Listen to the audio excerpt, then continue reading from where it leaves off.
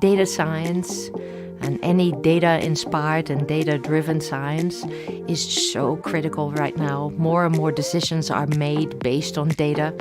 The amount of data that we gather every day and the insights that the data can provide us is just growing exponentially, and that is no exaggeration. The market for data science and related areas like AI is booming. It is so important to have women in artificial intelligence, in the area of data science, and also in leadership roles. It's being able to use data to solve issues and understand bigger problems.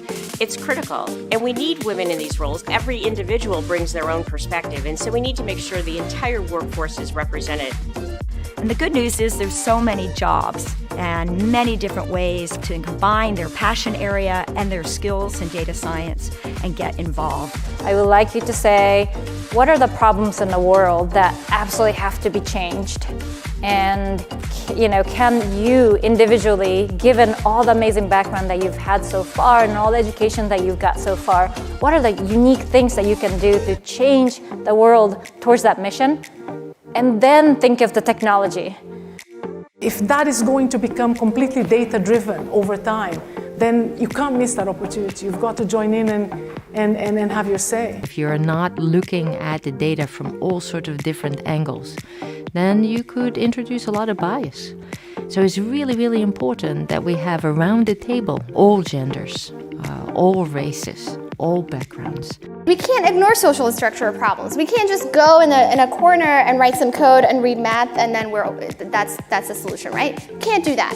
So we have to think about who is being affected by these algorithms. Welcome to WiDS! When we first started this conference, we never would have imagined that we'd be sitting here today with over 200 regional events. We've got over 500 WiDS ambassadors worldwide. Many of them are women, but we've also got a lot of men. And these are people who are just passionate about inspiring others within their community. We're in over 60 countries, and year after year, we're blown away. Let's make this next decade the Women in the Data Science decade. What I love about it is that growth is viral. That people will attend one event in one city and then they'll want to bring it to their cohort or colleagues the next year. This type of industry can be done everywhere, so it should be accessible to everybody. And this is one of the reasons why I love that we are global with WiDS. So we wanted to create opportunities for women to inspire, educate, and support women at many different times throughout the year. And one way that we decided we could do that was through a datathon every year, which is a predictive analytics challenge using real-world data. We have over 900 teams from 85 countries, and that's in every continent except Antarctica.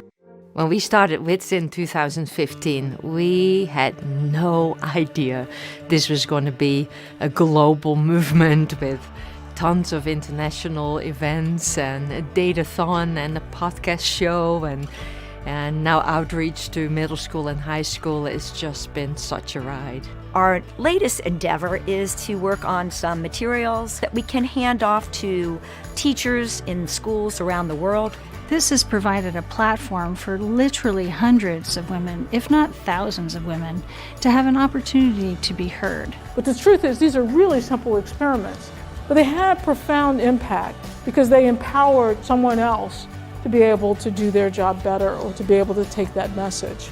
5 years ago, when we were sitting around a coffee table thinking about what WiDS could be, I never in my wildest dreams thought it would grow so far and so wide around the world in just 5 years. But what I'm most excited about is the next 5 years, because I think this is really just the start.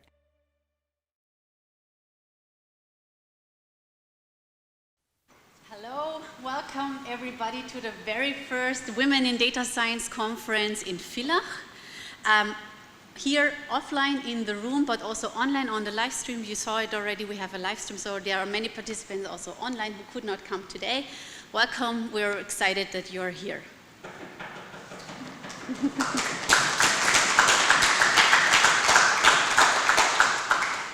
Like the WiDS Stanford initiators, we're excited decided that already at the first WiDS Villach conference, we are more than 80 participants, some of who are online, some of you are here in the room, that originated from 27 countries, but mainly work here in Carinthia.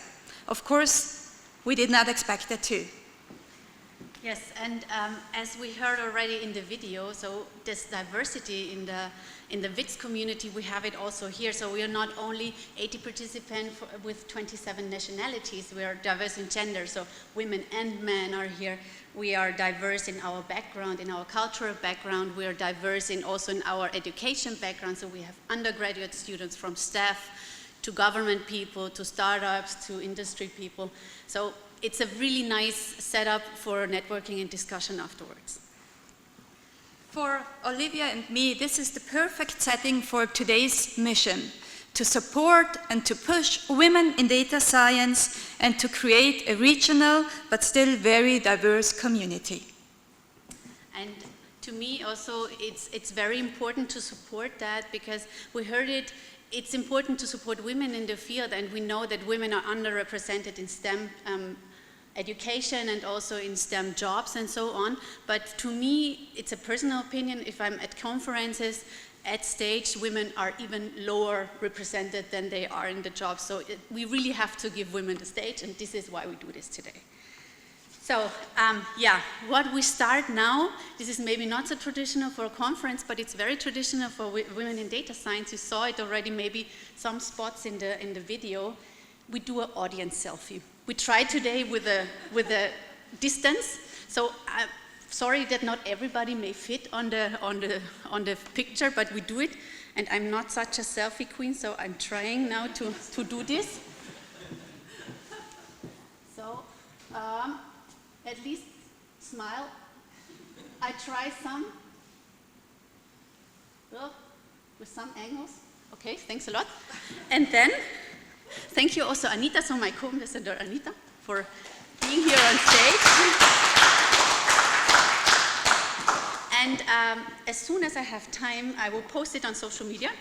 And I invite you to do the same. So please make pictures. You're allowed to do so. You're allowed to talk about it. Share your impressions online, use our hashtags, then we find it, use whatever social medium you would like to use, and talk about what's happening today here. And with that, that's actually everything from my side. We have two special guests here today, and I would like to invite you to be on stage and to address some welcome words also to our community here. And first, I would like to ask the Vice Dean for Engineering and IT from the Carinthian University of Applied Sciences, so from the hosts of today's event, Ulla Birnbacher.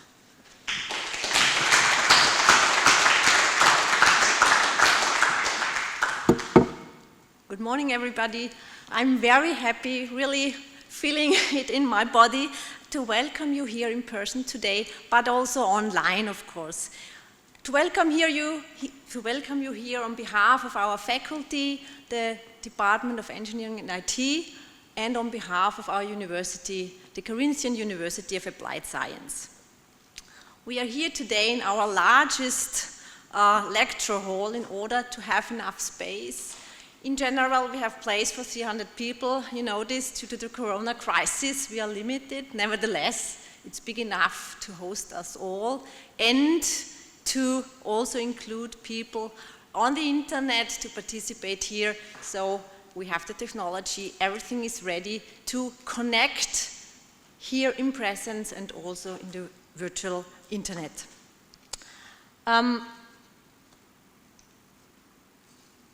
The last 3 months have shown us that everything is ready, internet, the video, the audio, everything is ready, that we can work in the internet, that we can work online, that we can do lectures. Yeah, we did not stop our students to start to exchange ideas, to generate new ideas, to discuss things. Yeah, so I think this is really the particular important part today. The conference was shifted from March, where we had to cancel it, to September. Yeah, that the situation currently is not going in the way we wanted, but nevertheless we took the chance, and I'm happy that we do it and did not have to cancel it.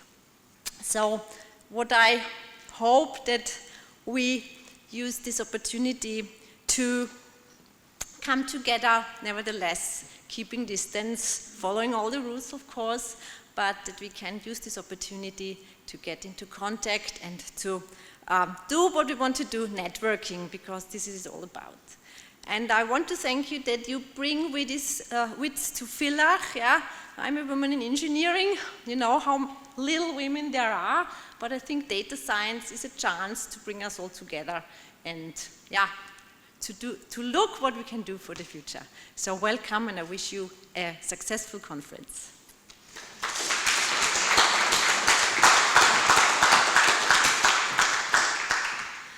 Thank you very much for these nice words, and we just go to our next special guest, Sabine Helshke from Infinion, Austria. Please, the stage is yours.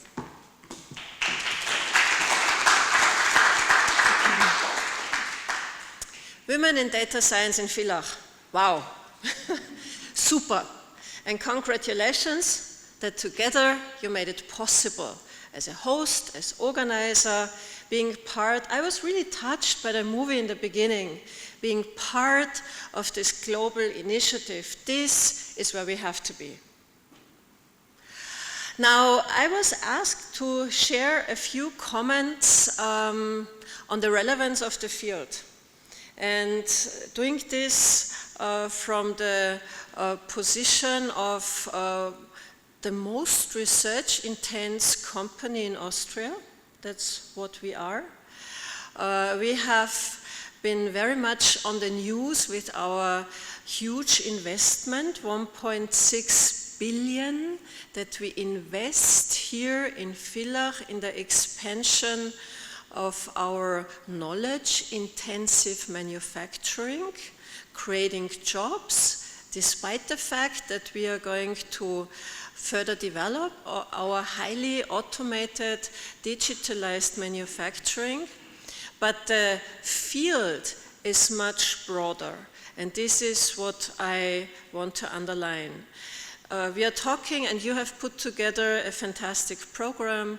We are talking about artificial intelligence and all the applications. Very trivial, but I want to mention it in this context as well.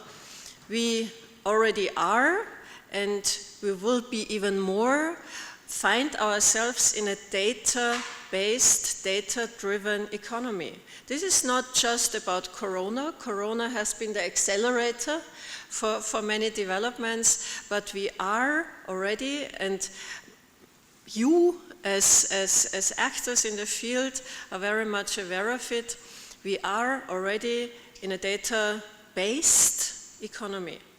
So it's all about data. Therefore, whenever I am asked what is the most important job profile, what are the people we are looking most for, these are data scientists. Yeah? People who are able to deal with data. It's not just about accumulating data, it's about asking the right questions and being able to take advantage out of the data. And this is what you do. And this is essential for us as economy, for us also as Infinion, as actor here in the region, in research and development, in our global business activities, in our manufacturing activities. And please be aware, as important as you are as experts in the field, but at this point, we as Europe, we do not have the European data infrastructure, by the way. Whenever we talk about artificial intelligence and everything that builds on data, at this point, we do not have our data, our digital, let's say, sovereignty. We depend on others to apply those important technologies, artificial intelligence, develop benefits for us. So this is a key issue, and hopefully, and at European level, many discussions are ongoing to strengthen our European digital autonomy. Because if everything depends on data, we must not be dependent on others in this respect. Now, data scientists, yeah, you are key, that's what I mentioned already, but you are not only key because it's an important field, because we live in a data economy.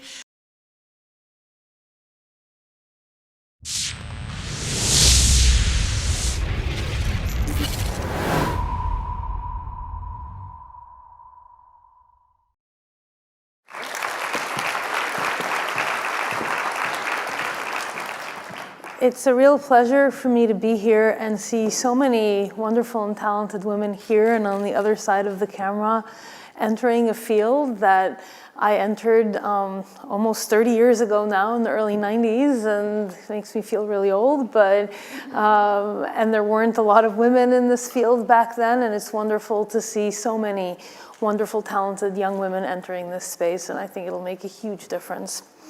So I'll tell you today about what I'm doing in this field right now. I spent my career at Stanford actually working at what I think of as the boundary between two disciplines. One of those is machine learning and data science, and the other one is biology and health. And I use the word boundary rather than intersection deliberately because there really wasn't that much of an intersection between those two fields at the time, because the data that was available on the biology and health side was relatively limited. And so you could apply fairly simple statistical tools, but you couldn't really apply very sophisticated methods. It was a real challenge, and I think that's changing, and I think this is the right time to come back into the space and do amazing things, and I hope that the talk today will be able to convince you of that. So if you think about drug discovery and development, it's kind of a real interesting glass half full, glass half empty perspective. On the one hand, the glass half full is that in the last 50 years, discovery has enabled drugs that have taken diseases that used to be a death sentence or a sentence to a lifelong of pain and agony into something that is now manageable or sometimes even a cure. And cure is a very rare word in medicine today. That includes vaccines for infectious diseases, cancer immunotherapies, autoimmune system modulators. One of my favorite stories is the cystic fibrosis drugs by Vertex, which took something that used to be a death sentence at the age of 20 and now gives 90% of those patients effectively an almost normal life. It is a remarkable tale of achievement. The glass half empty is this other side, which has come to be known as Irum's law. Now, those of you here in the audience, I'm sure are very familiar with Moore's law. Irum is the inverse of Moore because it is an exponential decrease in productivity of pharmaceutical R&D consistently for the last 70 years. This is a graph on a logarithmic scale where this is the number of drugs approved per $1 billion US. The price tag of approval for a new drug is now $2.5 billion. Now, that is not because that single drug incurs $2.5 billion on its journey from idea to approval. It's because that one drug carries on its back the many, many thousands or tens of thousands of drugs that didn't quite make it. So really what's going on in drug discovery and development is this is a 15-year journey, often, maybe longer, from idea to approval, with many, many forks in the road, where one fork, if we're lucky, takes us to success, 99 don't, and we have only the very limited tools to make a decision on which of the paths in front of us are going to lead us to success, and taking the wrong one can be a matter of years and tens, if not hundreds of millions of dollars before we figure out that we took the wrong turn. So how can we make better predictions of downstream outcomes, hopefully helping bend that curve on the last slide? So this is where I think machine learning and data science could potentially play a role. I'm going to give a very brief introduction to some of the developments in machine learning, maybe not as useful in this audience, but I think interesting nonetheless. I've been amazed at how much progress has been made even in the last 5 years. So back in 2005, I used to do a lot of computer vision, and you would give this image to a computer and ask, is there a bear in this image, a simple binary classification problem? And the answer would be slightly better than random. 2012, this is the era of Imagenet, which was created by my colleague here at Stanford, former colleague and friend, Fei Li. And this gave machine learning enough training data to the point that you could actually start answering a much harder question of what is in this image, multi-class classification problem. And the label for this image would probably be wolf. This is actually a bear, but it's a wolfy looking bear, so, you know, not so bad. 2014, an actual label from the state-of-the-art algorithm, a brown bear is swimming in the water. The bear isn't in the water, but there is a brown bear and there is water, so this is actually pretty good. In 2017, 2 bears sitting on top of rocks. Today, the performance of machine learning for this problem is demonstrably beyond human level performance for tasks that each of us has been trained to perform since we were an infant. So the fact that you could actually achieve beyond human level performance is actually, to me, remarkable. Now, what made this possible? So if you look at the models that we used to employ way back when, in the early days of machine learning, these were usually simple models constructed on top of human-constructed features. So things like logistic regression or random forest, and people had to do a lot of what's called feature engineering to feed those algorithms. And it turns out that those algorithms started out pretty good because they introduced a lot of human bias knowledge into this, but they asymptoted at a relatively low level. Today, we basically don't do that anymore. The computer starts out with Scratch and just the raw features, and it takes it longer in some ways. You require more data to reach a high level of performance, but it turns out the computers actually end up constructing better features than people do, which is why the performance keeps going up and up. So specifically, if you look at what we do today, this is what's come to be known as deep learning.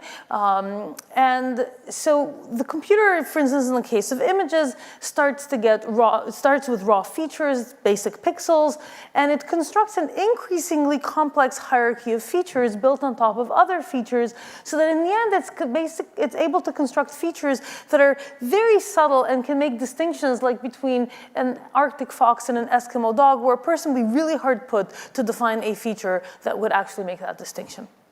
The other aspect of this, which is important and comes back on the next slide, is that there is also a new representational learning aspect here. So if the original images, say, are 1,000 by 1,000, and let's think grayscale for simplicity, then they sit in a 1,000,000-dimensional space. At the end of the day, just before the final prediction is made, that vector is usually about 100 dimensions large. So we have taken 1,000,000 dimensions and compressed it into 100 dimensions, and those are meaningful features that the computer constructed. So from a mathematical perspective, what that actually means is that the machine has actually created a 100-dimensional manifold in a 1,000,000-dimensional space and has embedded all those 1,000,000-dimensional images in that 100-dimensional representation. And that space actually has interesting structure because there's an infinite number, a continuum of manifolds that one could construct, but the machine has to actually put next to each other images that are labeled the same way. So these two trucks, even though in the original space would be as far from each other as any other two random images, here they have to be next to each other. And because the hierarchy of features is learned jointly, other classes that are not labeled the same way but share some features like windshields and tires are going to be next to each other in this manifold, whereas other classes like cats and dogs are in a very different part of the space. Okay, so that's the this is the glass half full side of machine learning. In light of the earlier comments, let me actually talk a little bit about the glass half empty side of machine learning and why quality of data is of paramount importance. So it turns out that these really powerful machine learning algorithms that are really good at teasing apart subtle signal are equally good at latching onto subtle artifacts. So this is one of my favorite examples. It's from an archive paper in 2018. This is a paper that looked at how bias can creep into algorithms in the context of a radiology problem where you're trying to diagnose fractures from an X-ray image. This is the input, and you can see they got really good ROC curves. It's not perfect, but really compelling. And then they looked at the embedding of that manifold that I talked about and they visualize it. And they notice the following unfortunate fact, which is that if you look at that embedding and you look at the distribution of fracture versus non-fracture, actually kind of nicely distributed across the clusters. So the machine hasn't learned to really distinguish fracture from non-fracture. What it learned to do really well is distinguish the machine, the X-ray machine that took the image. Really, really well. And so it turns out that in fact, when you correct for that, you basically get close to random performance. And what turns out to be the case is that just certain hospitals have a larger predominance of fractures and a certain X-ray machine, and that's what it latched onto, which highlights the importance of having really high quality data as well as a very rigorous testing regime. So we'll come back to that later. Okay, so why am I back in this space after so many years? It's because I think we now have the opportunity to actually create and utilize massive data sets in biomedicine that didn't exist before. So in some ways, there have been two revolutions going on in parallel in two different fields that haven't really spoken to each other. On the left hand is advances in cell biology and bioengineering, each of which has been transformative on its own, but together they've enabled a perfect storm of data creation. So I'm going to talk a little bit about some of these advancements. The first of those is what's called induced pluripotent stem cells. It is an invention, a discovery that earned Yamanaka a Nobel Prize a few years ago. And what it is the ability to take, say, skin cells or white blood cells from any one of us, revert them to stem cell status, which is a pluripotent type of cell that can create any cell lineage in our body, and then differentiate them into neurons or hepatocytes or cardiomyocytes that carry our genetics. And so it enables us to create cellular models that capture the genetic diversity of a normal human population in the cell background that is relevant to disease. We have, using technologies like CRISPR, the ability to furthermore perturb these cells to probe at causality. What would happen if I changed this gene from this form to that form? How does that cell behave differently? We have the ability to gauge behaviors using a range of technologies of high content, what's called phenotyping, measuring those cells using imaging, using super resolution microscopy, using single cell RNA sequencing that measures the transcriptional profile, and many more that are currently emerging. And we can do it all at scale using automation and microfluidics. This creates an incredible amount of data that looks like this image on the left. And people are unable to make sense of that amount of data. And so that's where the machine learning revolution that we're all familiar with can come together with the revolution on the left and really make sense of these data and help us understand biology and find new treatments for disease. So what we're doing is we're trying to put this together, coming back to the Irum's law slide before, to come up with explicitly trained models that can perform predictions on which fork in the road we want to take. So we're looking for places where such a prediction will make a big difference to the probability of success, where machine learning is the right tool for the job, and where we can produce the right data at the right quality and the right scale so that we don't have this example that I showed before with the radiology images. So I can tell you about a number of efforts that we're making along these lines. Since I don't have as much time today, I'm only going to take you about one, but it's the one that we think is the most core, which is how do we predict human clinical outcome? If I make this intervention in a human, what will it do? Now you're sitting here thinking, well, how can you create a data set where you measure human clinical outcome? We don't get to do experiments in people until the very end of the process, which is what's called a randomized clinical trial, and that is absolutely right. And so part of the idea here is how do we use other forms of data to answer this question? So currently, the state of the art, if you will, the normal standard operating procedure for answering the question, what will an intervention do when administered to a human, is, well, we can't administer it to a human, so we're going to administer it to a mouse. Now, the problem, unfortunately, is that mice are just not people. And mice don't get most of the diseases that are the unmet need today. Mice don't get atherosclerosis, they don't get Alzheimer's, they don't get Parkinson's, they don't get autism or schizophrenia or type 2 diabetes, they don't get any of those things. So we create artificial diseases in these animals that are very different to humans, and then we cure these artificial diseases, and then we're surprised when the results don't translate into human clinical outcome. So the question is, how can we use humans as a model system for humans.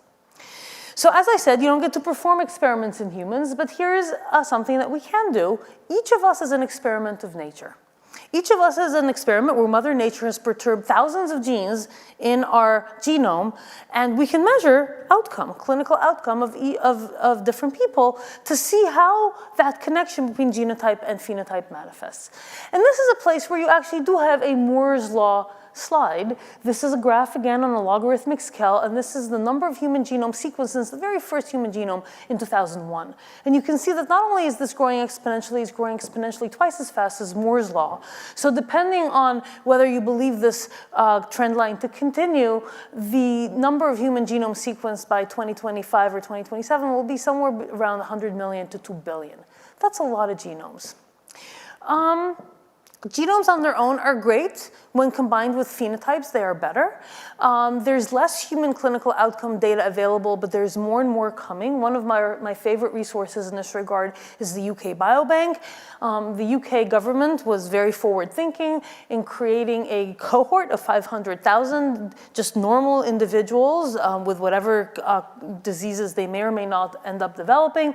And they collected thousands and thousands of phenotypic outcome data on them, including multiple covariates like diet and environment and urinary and blood biomarkers, and for 100,000 of them full body and brain imaging, and many, many other phenotypes that are incredibly valuable.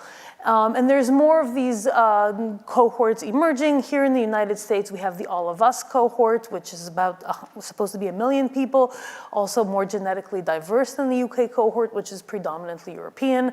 So it's going to be a great resource, and there's others emerging over time. So if you take genotype and phenotype and put them together, you basically have a suggestion of causality. And because to a reasonable first cut approximation, a genetic variant that associates with disease is roughly causal of that disease if you can actually figure out what that is. So that's great, and sure enough, from the in the last 10 or so years since these efforts first started, there's been thousands of traits that have been associated, each with hundreds or thousands of different genetic loci that associate presumably causally with this disease. Some of these are diseases, others are for normal traits like height or even educational attainment or bone mineral density. All of these have genetic loci associated with them. Now, the thing is, for each of those traits, there's usually hundreds of different loci in the genome that have an association with that trait, often with a very small effect size, and how do we figure out which is which? Now, so it turns out that indeed when you have genetic evidence from human genetics for a disease, if you have a drug against that target, it increases your probability of approval. So if you look at the graph on the right-hand side here, you can see that the odds ratio of approval for a drug that has human genetic support is about 2x, which is really an incredible improvement in probability of approval. So that's great. The problem is it's not that simple. Coming back to what I mentioned before, not all targets in this case are created equal. If you look at targets that are Mendelian, in the sense that it's a one gene, one disease association, that odds ratio creeps closer to 3. The ones that come from the Genome-Wide association studies, where, as I said, there's hundreds of loci and you don't know which one matters, that odds ratio is actually less than 1.5. So it's actually difficult to figure out which of those makes a difference. So what we're going to do here is we're going to come back to this other revolution that I mentioned earlier, where we have high content biological data, and we're going to see if we can get that to get us closer to the causal biology. So let me give you an example of how that might work. This is a case study. It's just a really beautiful case study of psychiatric disease. This is a region on chromosome 16 called 16p11.2 that for whatever reason is subject to copy number alterations in the population relative to wild type. It's deleted in some people and duplicated in others. When it's deleted, there's a 75% probability of autism, and when it's duplicated, a 40% probability of schizophrenia. 25 genes in the region, no one knows which of them has that effect, up until a paper about 3 years ago from UCSF that took IPS lines from the deletion patients, the duplication patients, and normal controls, reverted them, differentiated them into neurons, and looked at them under a high-content microscope. And what you see is this, and even to the untrained eye, you can see that the neurons on the left look a lot bushier than the neurons in the middle, and the ones in the middle are a lot bushier than the really naked neurons on the right. There's a significant deficit, there's a significant increase of synaptic arborization on the deletion and a significant deficit on the duplication. So we don't know still what's causing, which of the genes in the region causes this, but this gives you a phenotype that you can now try in this IPS culture various interventions to see which of those reverts the phenotype from the unhealthy to the healthy state.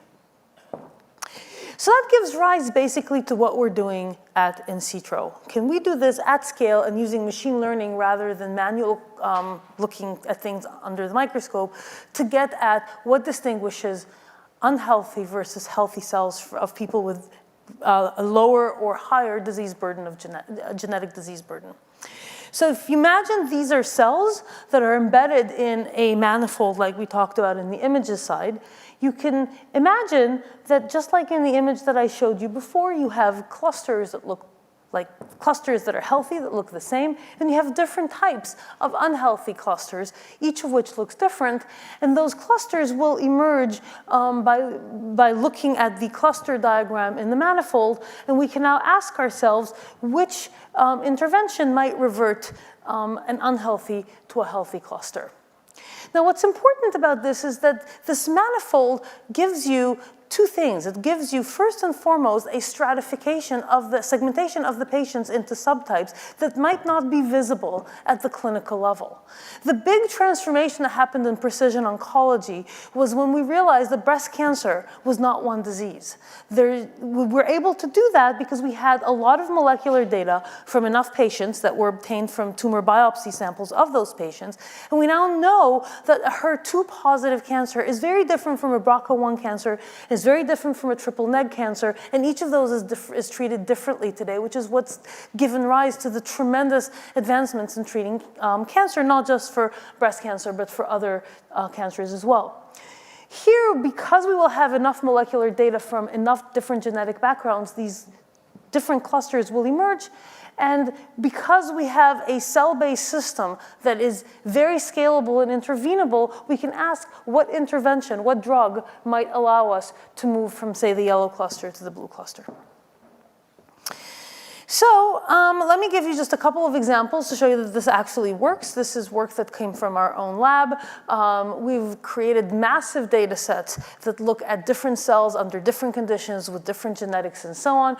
And this is just a few examples to show this. This is a bunch of cells, each of which were treated with a CRISPR intervention with targeting a different gene. And the question is, can you, just by looking at the cells, figure out the different genetics of those cells? And the answer is you can't. This is what the manifold looks like, and you can clearly see clusters that emerge, and this is a comparison to the state-of-the-art method that used an engineered set of features. This is a fairly subtle perturbation because it only touches one gene and it only reduces its activity by 20 to 40%. So the fact that you can get this level of performance is quite striking. I'm going to show you the one last one, which is very recent work. This is in a disease that we're working on called NASH, non-alcoholic steatohepatitis. It is a fatty liver disease whose prevalence in the population is becoming increasingly large because of the obesity epidemic and the type 2 diabetes epidemic. And it's going to become the largest cause of liver cancer and liver transplants in the next decade. So the question is, can you create a cellular phenotype for NASH that you can then screen for interventions that revert the phenotype? So this is a bunch of cells from NASH patients and controls, and you ask yourself which are the ones that are NASH and which are the ones that are different. I'm sure you can't tell the difference, but the important thing is neither can a trained cell biologist who studies NASH. And even when we highlight the ones that are NASH versus non-NASH, you kind of look at this and you say, I don't know. And that is exactly what they said. So we plugged that into a machine learning algorithm to distinguish Nash from non-Nash, and you can see a nice separation in the training set. What's more important is you can see a similar separation in the test set, and rigor of machine learning. This was not only done on a different set of patients, it was done on a different set of patients whose cells were obtained from a different vendor, just to make sure that we're not overfitting. And so this is what you get. And again, you can start to look at the embedding and see what insight that gives you in the biology. You can't tell that much from something of this size. But when you look at the highest ranked tiles that for the Nash versus the highest ranked tiles for the non-Nash, you can clearly see that it's latching onto a phenotype that corresponds to these green circles are lipid droplets. The big pink circle is the nucleus, lipid droplets that are at the nuclear membrane. And you can use attention models from the machine learning to look at what exactly was the network looking at by backpropagating through the network. And you can see that, in fact, in the Nash case, it was looking exactly for those lipid droplets at the nuclear membrane versus the non-Nash was looking at a diffuse signal. So wrapping up, there is what we're really building is an incredible data factory that uses all of those tools that I mentioned before: iPS cells, CRISPR, high content phenotyping, and with automation at scale to create massive amounts of biological data. On the other side, we're using techniques from statistical genetics and from data science and from machine learning to interpret those data, but these are not two separate things. These are two loops that feed into each other. All of the work that's done is done in interdisciplinary teams that work together like this to figure out what is the problem that we can solve together, what is the experiment that we need to perform, what assay do we need to build that really captures the biology, and what model do we build and what insight can we extract from the result. This type of interdisciplinary collaboration, I think, is absolutely critical in this space, and I think in other areas as well. The separation of data scientists into one side of the organization where data are thrown over the wall and results are thrown back over the wall is the wrong way to do data science. So just highlighting that for those of you, I think this is absolutely critical to success. So I'm going to take a big step back now. For the last minute or so of this talk, just mention why I think this is a really wonderful space to be in, this intersection of machine learning / data science with biology and health. If you look back at the history of science, there are, at different periods in history, one discipline that takes on an incredible rate of progress because of a new insight or a new invention or a new way of measuring things. In the 1870s, that discipline was chemistry, where we understood the periodic table and moved away from alchemy and trying to turn lead into gold. In the 1900s, that discipline was physics, understanding the connection between matter and energy and between space and time. In the 1950s, that discipline was computing, where we were able to use silicone chips to actually do calculations that up until that point, only a human, and sometimes not even a human, had been able to do. And then in the 1990s, there was an interesting bifurcation because two disciplines suddenly took on that incredible progress. One was the era of data, which is related to but different to computing. It includes elements of computing, but also of optimization, statistics, and neuroscience. The other era was that of biology, quantitative biology, where we moved away from a purely descriptive science of cataloging phenomena to really understanding the principles of what drives biological systems. And this was enabled by the tools that measure biology in a very quantitative way. Microarrays, the human genome, super resolution microscopy, and so on, all allowed us to really measure biology in unprecedented ways. but those two disciplines didn't talk much to each other. I think the next era that's coming upon us now is what I call digital biology. It's the ability to measure biology in unprecedented scale, detail, and fidelity. The ability to interpret what we measure using the tools of machine learning and data science, and the ability to take that insight and rewrite biology to do things that it wasn't meant to do. And that will have an impact in biomaterials, in agriculture, in energy, in the environment, and in human health. And I think that's an area which is a really exciting place to be, because I think that is the next big epoch of science. Thank you very much.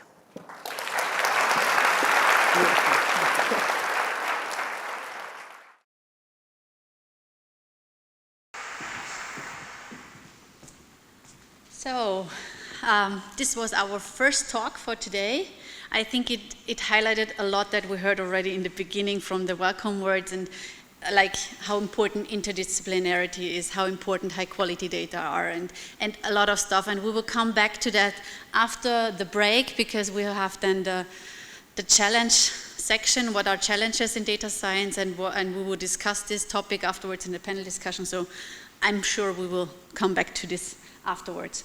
So what's next? Next, now we start with our regional experts. So now the online stuff and the video streaming is over, and we will now come to the presentations here on site. And I'm really happy now to announce the next speaker, and it will be also a talk really related to what Daphne Koller told us already, how important data science is in medicine and healthcare. And our next speaker is Anita Kloos-Brandstetter. She's already there. We're just doing some technical stuff here, so therefore she's not joining me yet. She is a data scientist. She has a background in mathematics, so she studied mathematics and biology on the University of Innsbruck, at the University of Innsbruck. And during her doctorate thesis, she focused on the research of forensic genetics and mathematical algorithms for reconstructing human evolution. She will tell us something about that as well. And her habilitation is in human genetics, and now she is currently a professor of mathematics and statistics here at the Carinthian University of Applied Sciences. So she's a really regional expert here for us. And she, apart from her activity here as a lecturer, she's working on mathematical solutions for biomedical problems, to get new data, get new solutions to biomedical problems. So when I say I'm a data scientist, I guess that's what my friend thinks that I do all day. My mom, she knows a little bit better because she sees me sitting in front of my laptop, so that's what she thinks that I'm doing. So this is what I think I do sometimes, especially when I try to tackle a new problem. But what I actually do, and I think my children can sign this, feels like this. So as a data scientist, we work with huge amounts of data, and we try to get what we can. So today's topics that I would like to focus on are somehow everyday problems, and I would like to show you how we try to model such problems also with data science and mathematics. So the first the first aspect I'm going to give is on a phenomenon that's called parodontalgia, which is oral pain that's being introduced by barometric pressure changes. And I would like to talk about genome-wide association studies. So let's start with parodontalgia. So some of you, as we are from Carinthia or surrounding countries, might know the phenomenon that when you go on a high mountain, your tooth starts aching, and could also happen when you're in an airplane. And this is a phenomenon that's been known for especially military personnel for a long time, but there has never been really genetic or epidemiologic evidence that there is really a biological background for this. So, my husband is a dentist, and when we both worked at the university clinics of Innsbruck, we drove to work, and well, 3 or 4 times in a year he said, today it's abscess weather. And I said, what is abscess weather? And he said, no, it's obsessed weather, I feel it, I'm coming home late, we're going to have many, many patients in our clinic today. I said, well, is there any evidence? And he said, no, I just feel it. So, you know, to data scientists, something that you can feel is nothing that you can prove. And so I talked to other dentists, and they said, yeah, today is obsessed weather. He's absolutely right. I have no idea what's obsessed weather. So, okay, some differing weather conditions, the lunar phase, for example, could, of course, in it. So what we did, together with some doctoral students, is we collected all the data at the dental outpatient clinic over a period of 6 months.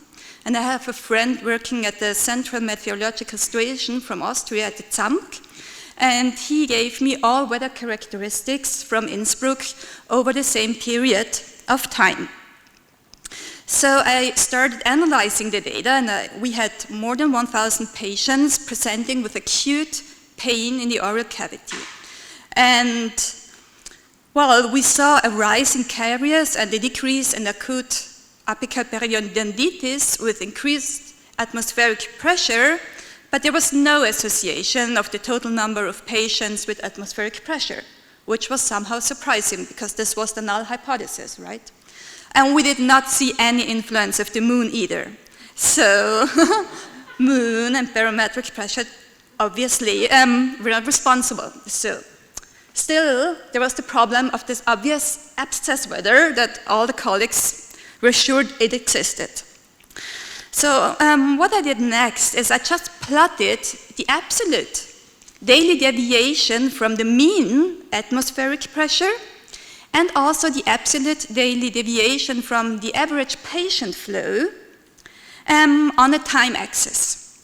And what I found was were these two lines on the upper plot, which somehow seemed to follow each other.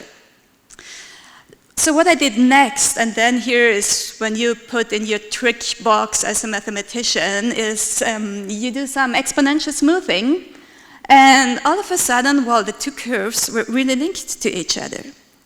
So what we saw is that the stronger the absolute deviation from the mean atmospheric pressure was, no matter what's positive or negative, just the absolute deviation, the more patients came to this outpatient clinic. And we published this in the European Journal of Pain, and we wanted to call it parodontalgia. And the reviewer said, no, you can't call that. This is not a scientific valid term. So we had to remove the term parodontalgia from our manuscript and also from the paper. And we had to call it barometric pressure-induced oral pain, which is of course not as fancy as parodontalgia, but turns out lots of other clinics, dental clinics, said, well, there's first evidence for abscess weather, and our study has been replicated many times since then, and now parodontalgia seems to be a common term that's been used all over. But at that time, we were not allowed to use it. So, getting away from everyday problems, I would like to talk about something that also Daphne kind of scratched a little bit in her talk about genome-wide association studies. When she talked about drug discovery and those drugs that finally made it to a clinical application, she said, well, those are those drugs that have some kind of a genetic background. And genome-wide association studies are used to find those very small genetic differences between individuals that influence the susceptibility to diseases, for example, or to other traits. So what is a complex trait? So let's look at this trait here. It's called the body mass index, which is inferred from your size and your weight. And of course, we have many different influence factors modulating the body mass index. But of course, why is this interesting? Because the extreme phenotypes of the body mass index, so for example, being very obese, leads to clinical conditions and disease traits that need our further medical attention. So why should we find these disease genes? Those genetic factors are particularly interesting because, unlike environmental factors, they are inherited at birth, they're essentially unchanging, and they're nowadays easily measurable. So this also makes the inference about causation particularly simple, because if you say, well, cyclists tend to be taller, the causation could possibly work either way. But people with a genotype AA on a certain genetic position tend to be taller. This really implies causation, because all else being equal in size. So inheritance is more or less nature's randomized controlled trial. So why do we look for disease genes? It's because we want to identify drug targets, or we want to predict the risk of getting a certain disease. For example, breast cancer. We already know that there are certain disease genes. When you're in a family, you have a case of breast cancer, you're being genotyped for those disease risk genes to know whether you're at risk too or not. Then also for personalized medicine, so you're stratified as a patient by your likely treatment response. And nowadays for gene therapy and, for example, this genomic surgery that also Daphne certainly wanted to give a glimpse at is with CRISPR technologies, where we can kind of cut out the disease-causing genes and replace them by healthy genes, which of course is a future vision, but still, at the first step, it's necessary to identify those disease-causing genes. So let's briefly talk about the circle of genetic causation. So we have in every cell in our body, we have our DNA, which is physically packed up into chromosomes. And inside cells, this DNA information is transcribed to form proteins and other molecules that affect how the cells behave, forming the different organs that combine to make up individuals, whose success, and with success I mean survival, is also affected by the traits that they have, and we call those the clinical phenotypes, the things that we can actually measure. And then, of course, we pass on our DNA with some likelihood of mutations and recombination to the new generation, where the circle of genetic causation starts again. And all of these different aspects can now be measured. So the question is, how do we get all this information together to extract the information? We need to know. So it's clinically useful and interesting to look for the genetic variants underlying diverse human traits. And the mapping of genetic traits is likely to be complex because of the complex processes involved. So it's practically like finding needles in the haystack. The human genome is 3.2 billion base pairs long, and we want to find a very small number of causal genetic mutations in there. But how are we going to do this? So luckily, our nature has given us a way to narrow down on specific regions of the genome. And why is this? This is because of recombination.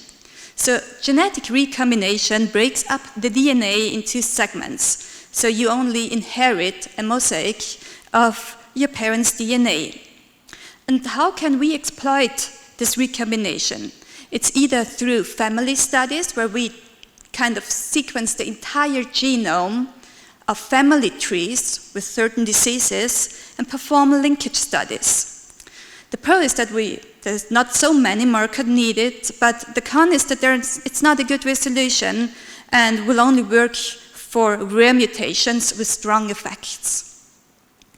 The other way to exploit recombination is to exploit the unobserved recombinations in a population sample, and this is done by genome-wide association studies. Those genome-wide association studies are all based on single nucleotide polymorphisms. We call them SNPs for short. And it's a substitution of a single nucleotide at a specific position in the genome that is present in a sufficiently large fraction of the population. So at least 1% of the population shows an alteration, a mutation at this very specific genetic position. Then it's called a single nucleotide polymorphism. These SNPs pinpoint to differences in our susceptibility to a wide range of diseases.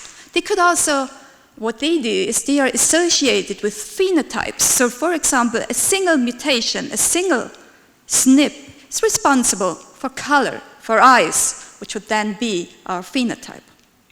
But also the severity of illnesses and the way the body responds to treatments are also manifestations of these small but common genetic variations.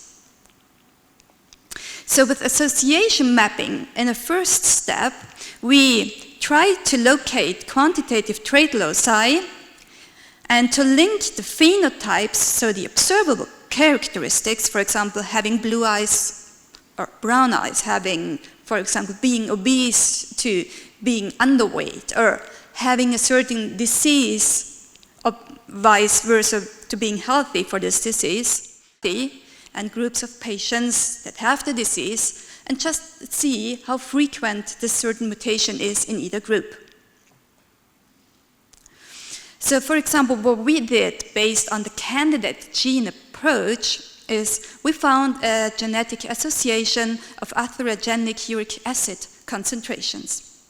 So high serum uric acid levels, they lead to gout. And they also have been reported to be associated with an increased risk of hypertension, obesity, the metabolic syndrome, type 2 diabetes, and cardiovascular disease. So it's, of course, not good to have high serum uric acid levels. In former times, these high uric acid levels, as they are associated with gout, it was a problem of the rich people, because it's mainly a problem of being overweight and drinking too much alcohol, for example. So there was also a term in our society, it's called the Champagner toe, the Champagnerzehe, which means your toes hurt because of the gout, which is caused by high uric acid levels. Now the question is it only environmental factors influencing the uric acid levels, or are there any genetic bases too?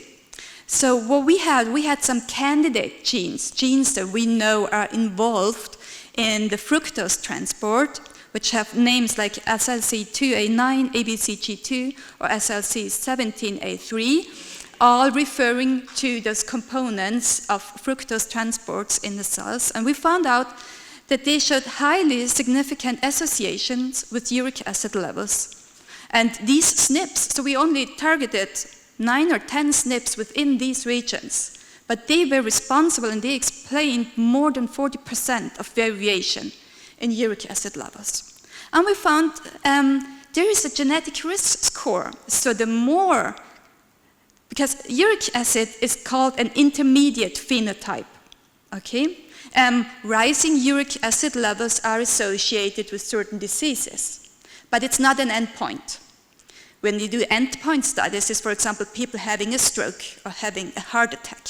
That's a clinical endpoint versus having a clinical intermediate phenotype. So we found that with every additional risk allele that you have, the uric acid levels rise. And this was especially strong in men compared to women, which was also a sex SNP interaction. I was very excited because this was the first time we found some kind of interaction between gender and genetic background. And we also found an interaction with age. So with increasing age, the interaction disappeared. So before, this was a candidate gene study. So we had a certain hypothesis of disease genes that we were looking at. But genome-wide association studies enable a hypothesis-free approach to disease gene discovery. Because it's an observational study of a genome-wide set of genetic variants in different individuals to see if any variant is associated with a certain trait. So GWAS typically focus on associations between SNPs and traits like major human diseases. And when we talk about SNPs, it's normally that every single patient or person in a population cohort is typed for 500,000 to 2 million SNPs in one go. So that's the biological part, and the data science part is to find the association between this huge amount of data and the quantitative traits. So genome-wide association studies typically identify common variants with small effect sizes. So this is what we see here on the right corner. Here we have common variants with small effect identified by GWAS, while if we have very rare variants causing strong effects, for example, the cystic fibrosis gene, it's one mutation, and if you have this mutation, you will have cystic fibrosis. So this is something that follows Mendelian inheritance rules. They are rare in the population, but they have very strong effects. While with GWAS studies, we are looking for common variants that have small effects. But adding all up those small effects, we are getting to the phenotypes and maybe also to clinical endpoints. So most common GWAS approach is a case control setup, which compares one healthy group and one case group affected by a certain disease. So all individuals are genotyped for the majority of common known SNPs. In most cases, it's more than 1 million SNPs. So for each of these SNPs, it is then investigated if the allele frequency is significantly altered between the case and the control group. So for example, if we look at SNP1, we see here the number of Gs has a frequency in the cases of 52.6%, while the count of Gs in the control group is only 44.6%. And if we compare this, we get a p-value of 5.0 times 10 to the power of minus 15. While the next SNP that we analyze is equally distributed between cases and controls. And what we do is we do this kind of multiple linear regression analysis, or also logistic regression, because we also include covariates like age and gender and known diseases, with all those millions of SNPs that we genotyped and the hundreds of thousands of samples that we have. And what we get in the end is a so-called Manhattan plot. Why is it called Manhattan plot? Because it somehow looks like the skyline of Manhattan. So that genomic coordinates are displayed along the x-axis. So what we here see on the x-axis are our chromosomes. Chromosome 1, 2, 3, 4, until chromosome 22. The gender, the sex chromosomes are most commonly not included. On the y-axis, we have the negative logarithm of the association, p-value, for each SNP displayed on the x-axis. And because the strongest associations will have the smallest p-values, e.g. times 10 to the power of minus 15, the negative logarithms will be the greatest. And the different colors of each block usually shows the extent of each chromosome. So what we here also have is some kind, so when we look at this graph, we'll see, okay, this was associated with a certain trait, and we found some genes where the SNPs within these gene regions certainly show some very, very strong associations with a trait that we've observed. So this Manhattan plot depicts the results of hundreds of thousands of multiple linear regression models, with the independent variables being the genetic vectors, so the SNPs, and the covariates like age and gender, and the dependent variables being some certain diseases like breast cancer or traits like uric acid levels. And because we do hundreds of thousands of tests, we do also a Bonferroni correction for multiple testing, and the line here, the dotted line here, is the limit for the Bonferroni correction, giving the number of tests. So only SNPs that fall above the Bonferroni line will be closer analyzed. And by this approach, for example, we detected genetic variants that influence the blood pressure and the cardiovascular risk. Blood pressure, for example, is a heritable trait and responsive to environmental stimuli, and of course is associated with increased risk of cardiovascular events. And here we performed a Kpis on more than 200,000 individuals of European descent and identified 60 new loci to be responsible for diastolic and systolic blood pressure with both intermediate phenotypes to cardiovascular disease. But performing Kpis sometimes is not enough to detect all the genetic variants. So it's sometimes useful if you combine several Kpis, because no laboratory on Earth has hundreds of thousands of samples. So what you do is, if you want to find out those variants with small effects, you have to combine the data sets. And what we did is we performed a meta-analysis on 70,000 individuals of European ancestry and over 70,000 East Asian individuals. And we found new loci which were associated with kidney function and chronic kidney disease.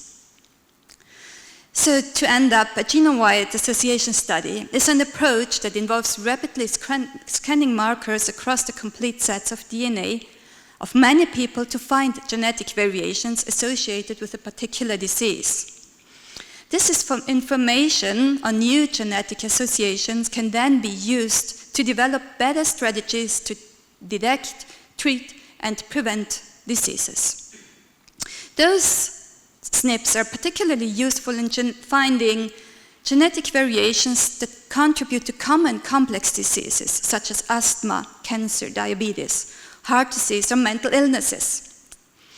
And so these Kpis findings provide new insights also to suggest potential new therapeutic pathways for cardiovascular disease prevention. So, given the monstrous quantity of data being produced in those studies and medicine, they are transforming our perception on the basic biogenic processes, clinical decision-making, and treatment decisions. Of course, sound data is the foundation to good decisions and good science. So the data science can change the healthcare sector in many ways.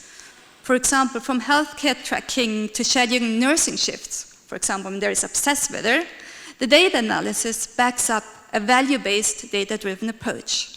So this data science healthcare is a key feature for how we can approach and use medicine in the future. Thank you very much.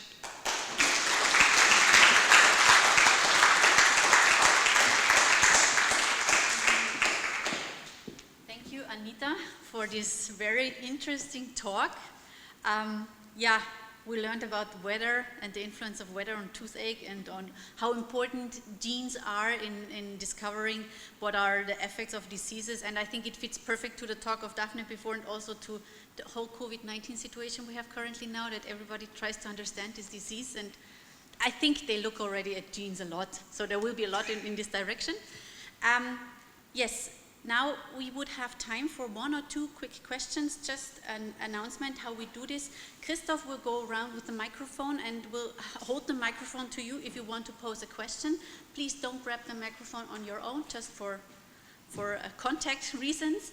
If you're sitting in one of the middle seats and you cannot access this, either you pose your questions without microphone and Christoph will repeat it, or you put on your mask, come out, and then ask your question. So this is how we try to do this setup. Are there any questions to Anita in the room?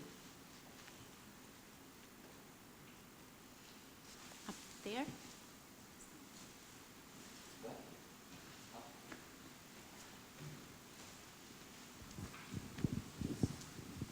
Okay, so Anita, you spoke about the barometric pressure for oral pain. Yes, and I wanted to know whether the predictive model you guys built have been built into any products that are being used in any hospitals right now, because you said some hospital people actually had some experience with what you were talking about. So has it been built into any products yet? And then the second question I have is that did your research also reveal any patterns in actual seasons or times of the year that these obsessed weathers happen and when the pains actually happen in people's mouths? So. Thank you very much for the question. So, to your first question, until you can really apply this into clinics, you need to have also good reasons. And the Japanese working group just recently found the cells responsible for parodontalgia. So now that also not only the cause, but also the causation is known. So the cells that kind of are getting irritated, then this is very important because then you know, okay, it can be treated, for example, with medication that reduces the pain easily. As the weather is so hard to predict, it's also hard to kind of schedule this into clinical circumstances, but of course it has been applied, as I know in Germany, in different clinics where they are more prone to this fluctuation to get their schedules more close into the ambulances and less onto the station. And what was your second question? So whether your research revealed any patterns in terms of seasons or times of the years when this No, we did not see any association with this. It was as common in winter as in summer.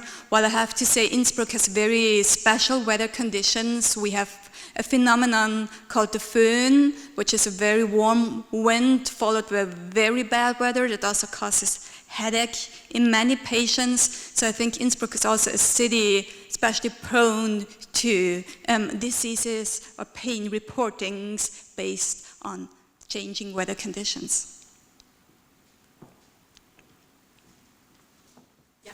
Another quick question because we're close, but one it's okay. Then the other ones we shift to the networking break. Yeah.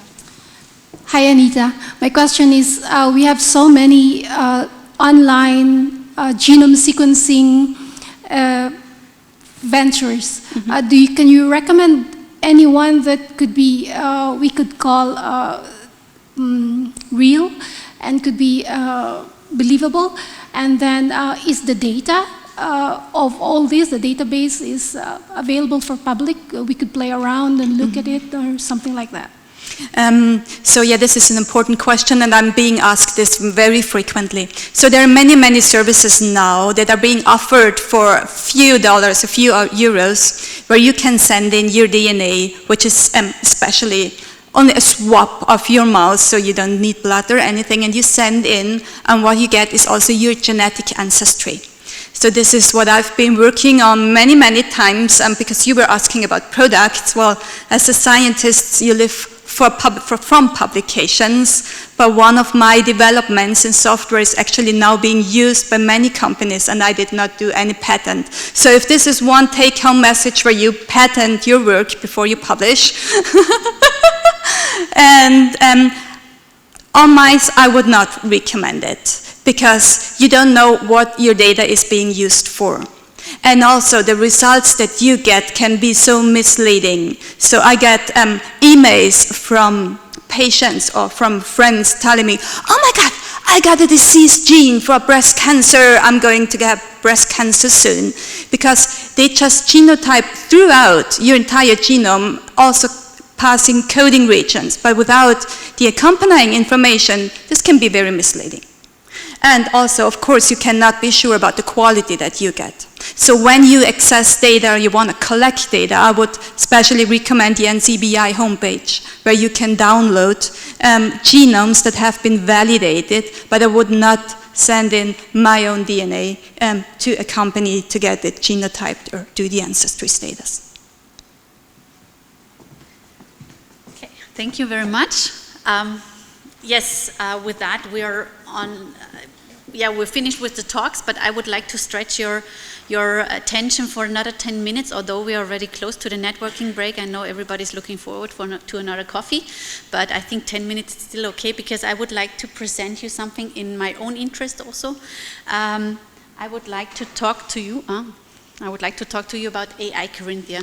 Anybody in the room knows about or heard about AI Carinthia before?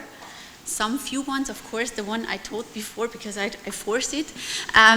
Yeah, it's an initiative we decided to start end of last year, so it was November 2019, where we said we would like to do something, we would like to take responsibility as data scientists or data science enthusiasts in Carinthia and show something to the public about AI. What is AI? What are the risks with AI? Because many people fear what happens with the algorithms because they don't understand it. It's complex. Also, some data scientists do not understand some complex algorithms, so you cannot understand everything. And we said, yes, we would like to start an initiative here and bring it more to the public, say, what can we do with AI, where we use already today AI. So it's in a lot of gadgets that you use it not intentionally, and we want to focus on that. We want to reach out to students and so on to really make it more grabbable. And if I say we, these are the 10 fighters for AI Carinthia. Yeah, these are the 10 people who said, okay, let's do something. We now try to do something. Of course, COVID-19 somehow delayed everything that we started because it was especially, so in January, February, we said, okay, now let's start. And then suddenly everything was locked down and we said we don't want to really start online. But anyhow, now we will start online because situation will not change anyhow.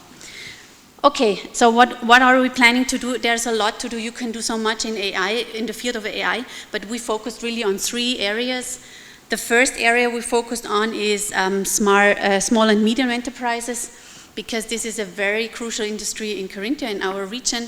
And the problem for small and medium enterprises is, of course, they cannot afford a data scientist. The data scientist is not such a low-paid worker, let's say it like this. So welcome that if you are in this profession, congratulations. But somehow the small and medium enterprises, they need this link to the data scientists. And therefore we said we want to be the bridge, we want to link data scientists with small and medium enterprises. So there are a lot of freelancers in this area. You can just just book them for some hours and then you have your things done. Of course, in some hours, in data science, nothing is done, maybe some weeks, let's say it like this.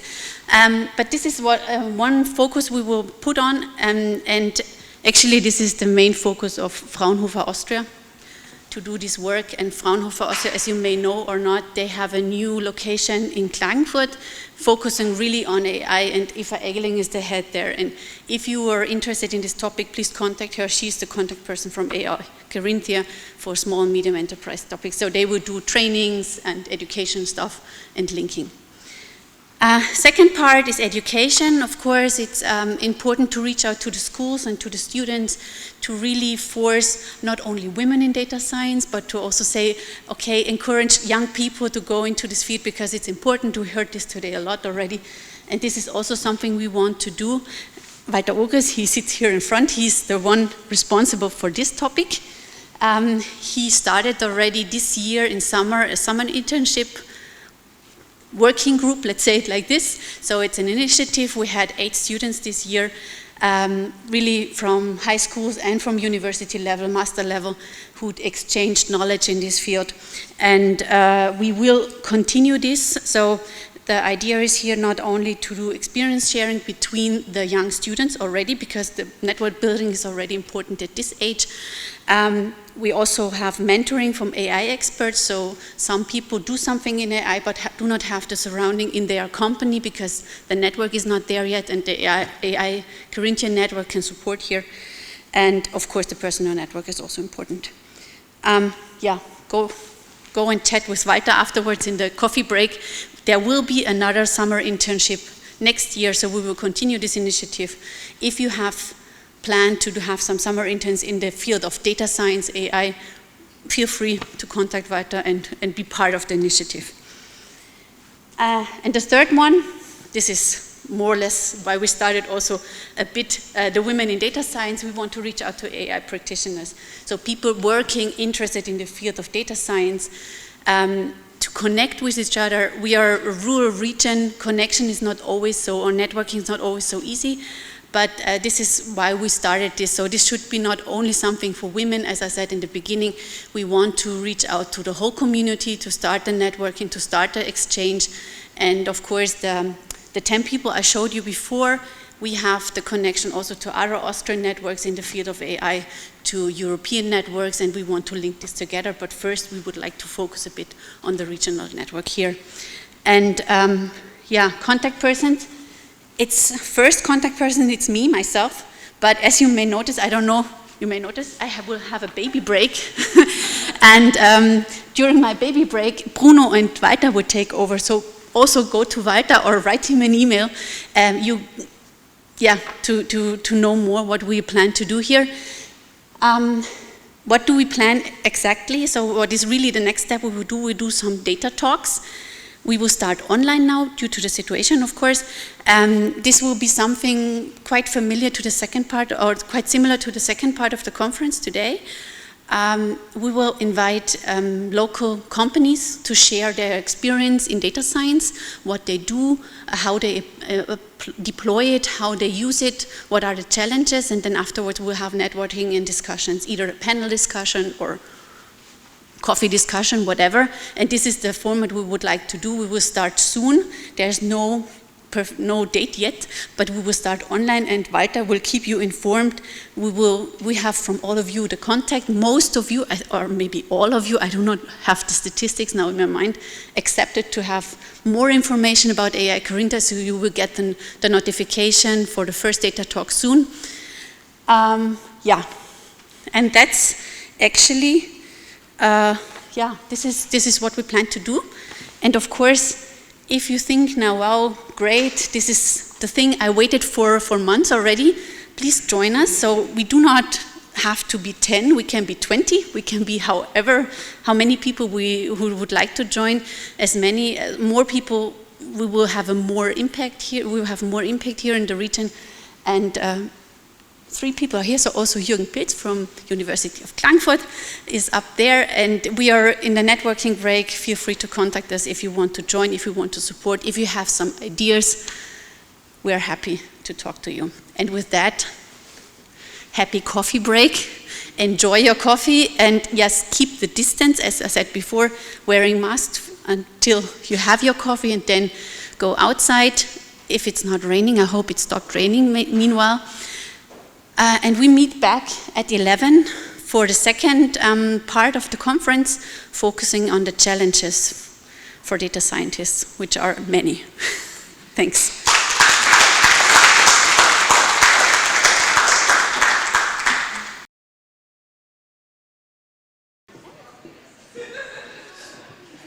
Okay, welcome back. To the second part of Women in Data Science, Villach conference. Just a short announcement for people watching online. I'm really sorry that we had some technical issues with the live stream. It should be fixed now, so you should really have no interruption again. But we have the recording, we will post, so there will be the link to the YouTube videos, and you can watch the videos that were interrupted afterwards. Of course, we will manage that, but sorry for the inconvenience for that, for the online crowd. Okay, now everything is fine, so now you're really recorded here, everybody. And we will start now with the second part. And the focus of the second part is a bit different one. So we had now the biomedicine healthcare section, and now we'll go more into the challenges. Of course, they are in biomedicine and healthcare, similar to industry, but we will now focus really on industry challenges. And we invited Hilda from Crayon to give us some examples at the beginning, to have some teaser for the panel discussions we start afterwards. And as we heard in the talks from Daphne and also from Anita before, there are many challenges. I think we will discuss some of them. We will not come to an end for sure, because we could talk for days about challenges that we face. But yeah, I would like to invite you to have an interactive session afterwards. So now we will have the teaser talk from Hilda, and then afterwards we will go to a panel discussion. It should not only be a discussion in the panel, it should be discussion, questions from you, from the audience, between the panel, whatever. So everything is allowed. Just feel free to ask your questions afterwards. Okay, so with that, I would like to introduce Hilda Kozoros. She's sitting here in front of me, and yeah, she's a computer scientist, has a PhD in computer science and 5 years experience in R&D in AI. So she worked at the Johannes Kepler University Linz, and afterwards she moved to 5 years in industry. Among others, she worked for Runtastic in this time. I think the company is well known to everybody. And now currently she's working at Crayon as an AI advisor. She will tell us what an AI advisor at Crayon is, what is her daily work. And she focuses in her research on counterfactual learning, causal inference, sequential pattern mining, and time series analysis. And we're happy that you're here and give us some insights about, I would switch, about some experiences and lessons learned about how to deliver impactful AI solutions. Welcome on stage, Hilda.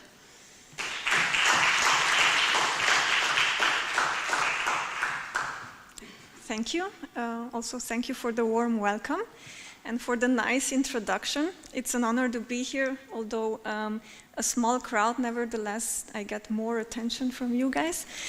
So I would like to just say a few words about Crayon before I get started into the topics that I would like to talk about today. So Crayon actually has a long history, and it's a global company with roots in Oslo, basically working in software asset management and optimizing costs for their customers. But recently, and when I say recently, since Crayon has 20 years of age, recently means 6 years for us, we started investing into AI, and we built a center of excellence in AI in Oslo, and currently also recently in Vienna. So I'm part of the Vienna team, and I'm an AI advisor. And what I usually do on a daily basis is I translate, not in normal languages that you guys know and learn, but I translate what the customer wants, their business requirements, into AI solutions and how to solve those problems using AI solutions and data, and everything that comes with that. So today I would like to talk a bit more about that glass half empty. Until now, I think there was a lot of presentation and talk going on about how full this glass is and how interesting and colorful the water in it is. But today I would like to give you a new perspective, or a different perspective on this matter, and talk a bit more about the glass half empty. And I don't want to be negative about it. I consider myself more a realist. But I want you to use this opportunity to be prepared for what comes out there when, I don't know, you finish your studies or you work with other customers from the industry. So I would like to share with you today our lessons learned. And the work that I will present is actually a work that I have worked on together with two of my colleagues. We even published a paper on this topic together with Florian Rosenberg and David Mosen. So we worked together with multiple customers from various industries, and we have gathered all these learnings and put them together into, of course, this presentation, but also into a paper. And I would like to talk about only half of the challenges that we have discovered, and the rest of them, of course, we can also talk about in the break, or you can read the paper. So let's get started. You probably heard this sentence already many times, and you already see it. You have seen it also in the presentations today, that AI is affecting a lot of areas in our lives and is going to affect them even more. So you see AI not just in, let's say, innovative areas that are going on nowadays, self-driving cars and so on, but you see them even in the more, let's say, low-level industries that maybe previously or a few years ago you couldn't have imagined that AI could be applied in these industries. So AI is really going to shape everything that we do. I truly believe that, and I think everyone nowadays has been at least in contact with one AI algorithm. And the reason why this is happening, and especially recently has been developing even more in this direction, is because there are some key enablers that made this possible. On one hand, big data. Previously, when I used to work in research, having data available was a huge topic, and the more data you could gather, the better. But then also it's the topic of high quality data. So now what we're facing is an exponential increase in data, and we're talking about big data. But most of the time what happens is that the quality is exponentially decreasing most of the time as well. The other topic that's happening and it's enabling all these developments are actually the algorithmic advances, and you have seen also in the presentations today how much is going on in research. I cannot believe how much has changed, for instance, in NLP. When I started my studies, working on my PhD, I used to work with bag of words and TF-IDF, and nowadays we're talking about advanced language models that can answer questions just like that without even having to train a model for that. So it's really amazing what's going on. So this has definitely contributed to all these, to all this push that's going on also in the industry. And thirdly, of course, is the technology. Cloud having compute power available because all these models and data need heavy computation. So of course, this allows us to develop also real-life use cases and implement them and make them available for people. However, what we notice is in the industry something different. And while I was listening to the wonderful and inspirational talks today, I had to make a trip back into my past when I was still working in research, and just a picture came into my mind that I just couldn't get rid of. So I imagined, while I was working in research, I imagined that this life in research is like a theatrical stage where you need to make a performance. So everything that happens backstage is all the research and the people that doing like the heavy lifting, and they're trying to train, they make mistakes, then they get up again and do it again. And then when you go on stage, actually, which should be when you go to apply it into real life, it should be the perfect performance. It should be the piece of art that should reveal actually the competence of those people. So when I moved from research into the industry, I had the feeling, okay, I trained enough on my performance. I think I learned quite a lot, and I wanted to make a difference, and I went on the stage. And what I've seen is, I don't know how to explain it, and please don't take it wrong, but to make this discrepancy clear, in backstage we were working with complicated technologies, and you go there on the stage and you see kids playing with Lego pieces. So it's very hard to explain what I'm talking about, but I think the challenges that I will present today will make everything even clearer what I mean by that. And this shouldn't discourage you. For me personally, it makes my daily work even more interesting, and I'm more passionate about it because I can make that much of a difference, since there is so much work to do, right? So I want you, while I'm talking about these challenges, I want you to be inspired, and I will also try to guide you in how to overcome these challenges. So let me start off with actually this discrepancy that we're seeing in the world nowadays. So yeah, there is a lot of research going on, but what we're noticing in the industry is a lack of understanding of AI. And this comes, of course, from the from the fact that not everyone is studying in their studies AI, mathematics, and computer science to understand the inner workings. And because they don't understand it, they also have sometimes a naive picture about how to apply AI and what it can do. Then there are companies that are just moving into this AI rush, so because everyone is talking about it, they don't want to miss out, the competition is ahead, they heard the competition is hiring a lot of data scientists, so they're just rushing into this without first thinking about it and making a plan around it. The other part is not thinking about the implications of AI, so thinking about fairness, bias, the robustness of algorithms. What happens when I put into production one of these AI algorithms? Thinking about what is the difference between software, general software, and AI as software. And then what we see a lot, I can say, I don't know, 95% of the customers we're working with are usually stuck in this prototypical phase. So they have data scientists, they apply some data science, but they're still like in the Stone Age when it comes to actually making AI a reality.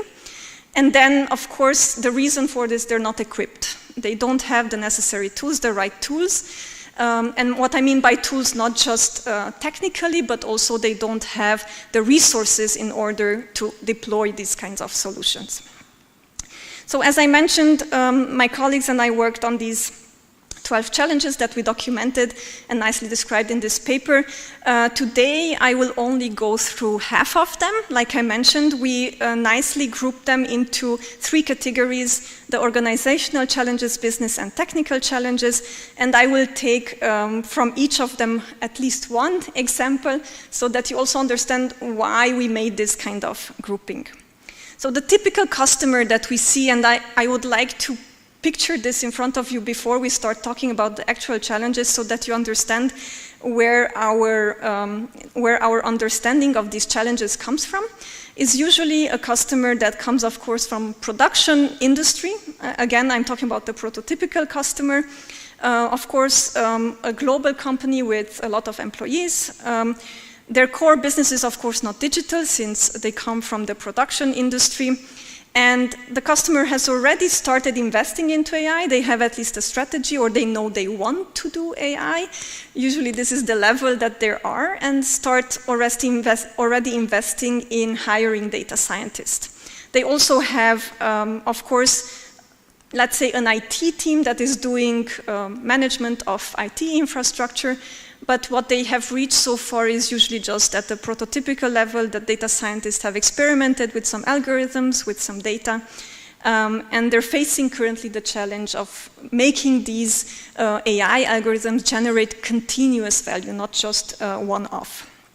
And of course, such industries are highly affected by situations like COVID, because as soon as such a dramatic experience hits us, AI is not anymore on the agenda.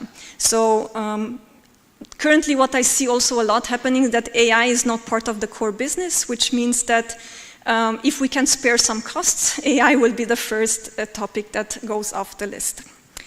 So let me start off with the first challenge, and this challenge comes from the organizational aspect. We call this challenge allow your organization to evolve with the AI growth. So what we see currently is, because I mentioned the fact that companies who start off in this area are usually affected by this AI rush. And what such companies do is generally just either hire a recruitment company, or because they don't understand AI themselves, they hire data scientists based on without the knowledge of what kind of data scientists they actually need. Like, what kind of skill set would I want to see in my data scientist? Because, as you might know, there's not one flavor of data scientist, but there are many different flavors. So they do this without understanding what kind of skill set they need. And what happens then, it's very sad for the data scientists. I've been in this position myself. They get isolated. Somewhere sitting in a lab, in a corner, trying to do something with data, building some models, and as soon as they come up with something really interesting, they present it. I did that myself. There's a lot of emotion, and there is a lot of enthusiasm from the rest of the company, but then nothing happens. So usually this project is put on a shelf, and then we move on to the next project. So what happens from this kind of problems is that there is an underperformance, because you're hiring this team, right? They're paid usually very well, as you have heard already today. And of course, you don't have your return on investment. So companies are saying, there's no point to invest anymore in AI because we don't get anything from it. And of course, on the other hand, you have also unhappy teams, and the data scientists leave because there's no change happening. So what are our recommendations to you, audience, and also to customers who are investing into this topic? Be proactive in the sense that try to understand before you invest into this topic, what is it that you actually need, and be proactive also along this journey to adapt, because things change.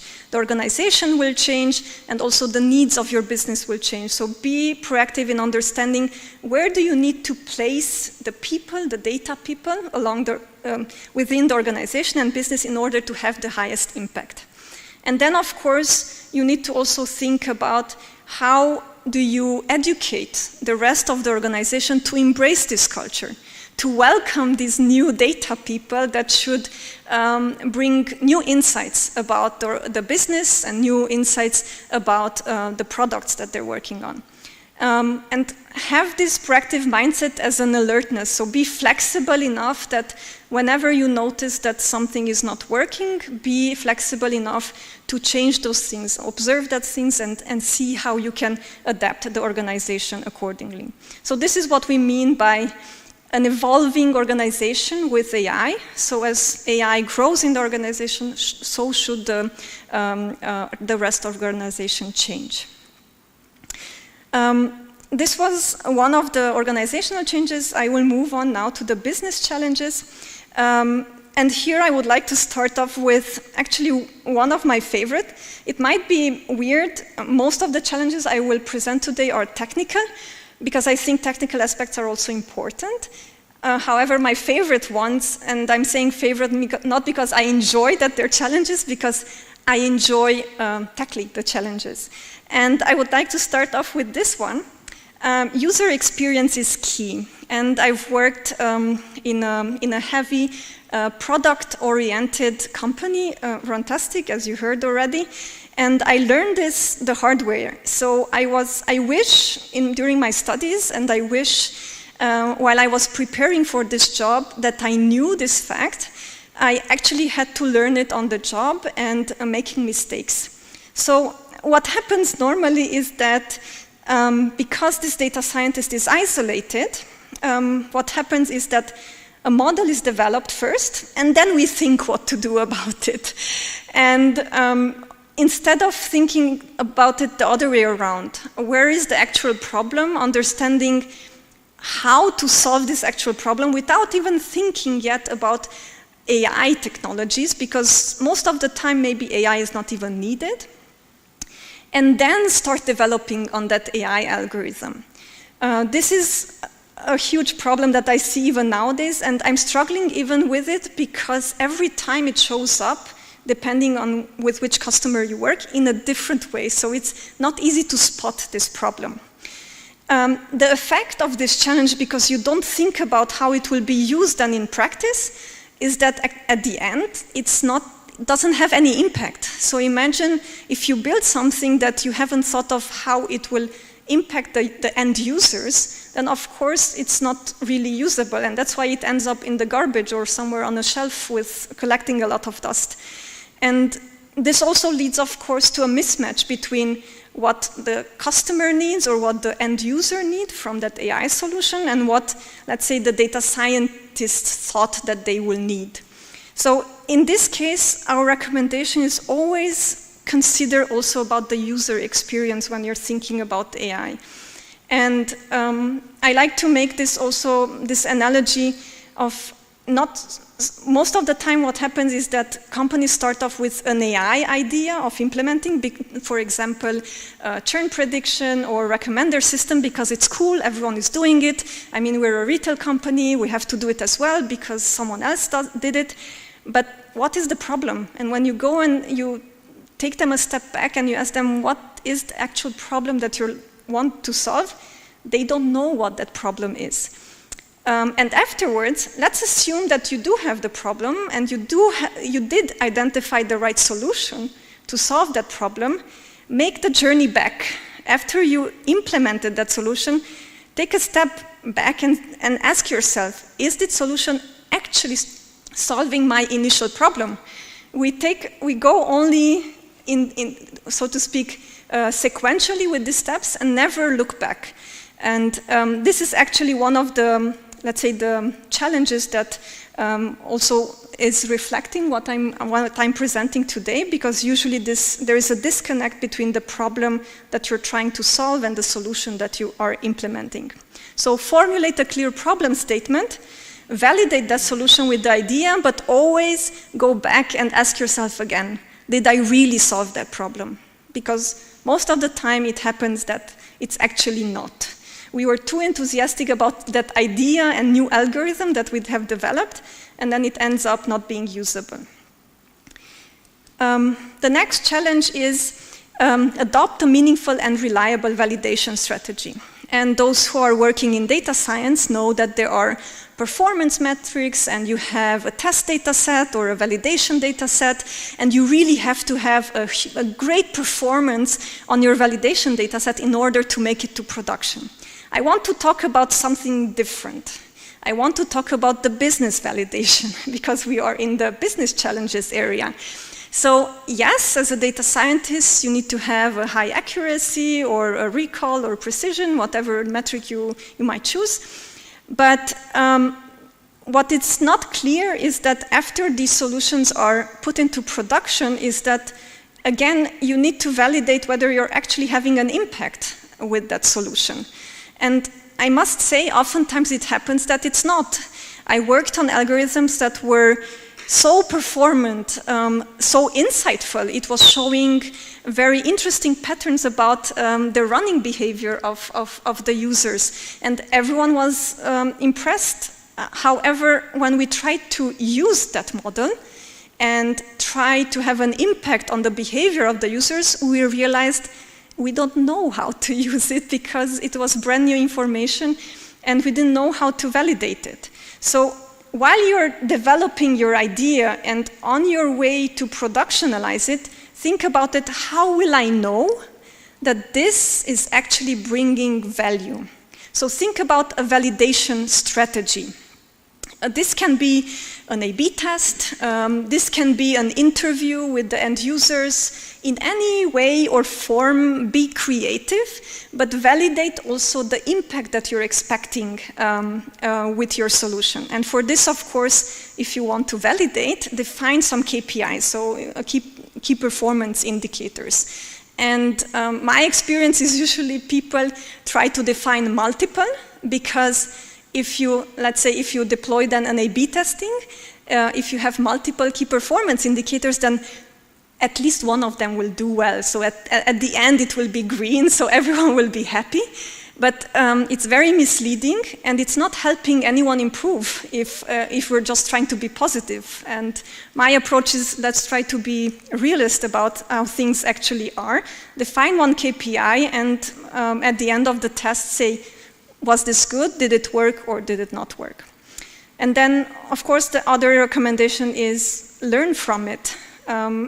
Most often it happens that you develop the solution and then it doesn't have the impact that you want. Everyone is sad, okay, let's move on to the next topic. But what have we learned from this experience? Why didn't it work? Did we miss something? And then iterate on that and try to improve. It's very important. Otherwise, there's no learning, and yeah, we stay at the same level of knowledge.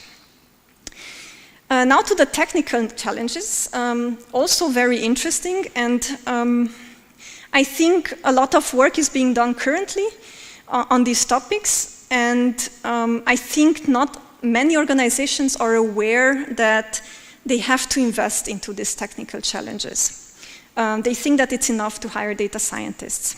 So the first one I would like to address is good data needs a good infrastructure. So of course, if you want high quality data to train your models on, think also about how you would like to collect this data, how you would like to structure this data, how you want to ensure that the data that you give in the hands of your analysts or data scientists is high quality enough in order to ensure also successful models. So we see currently limited access to data, siloed data sources all over the place, differently structured without a link between them, dirty data, so everyone who has worked with data knows what I mean, large volumes and also unstructured data. And what happens then, of course, because you don't have these resources, this infrastructure, is of course data scientists are working locally on their machines, on the models. So our recommendation is to invest early on into a data and machine learning platform. And nowadays, there is not much of a difference between these two things, a data platform and machine learning platforms. They are becoming more and more interconnected. And have a clear strategy where towards you want to develop yourself on this data platform. The second challenge, the technical challenge, is production deployments required an engineering mindset. So it might shock you that 50 to 85% of prototypes don't make it to production. And this happens because there is a lack of engineering quality in the implementation. Why is that? Because data scientists are not trained to be software engineers. And either, depends on how you want to evolve your company, either then you train your data scientists to have engineering skills, at least the engineering mindset, or work together in an interdisciplinary team with data engineers or software engineers to deploy these solutions. And of course, it's important, nevertheless, to have software engineering best practices. And this is one of the major reasons we see that machine learning solutions don't make it into production.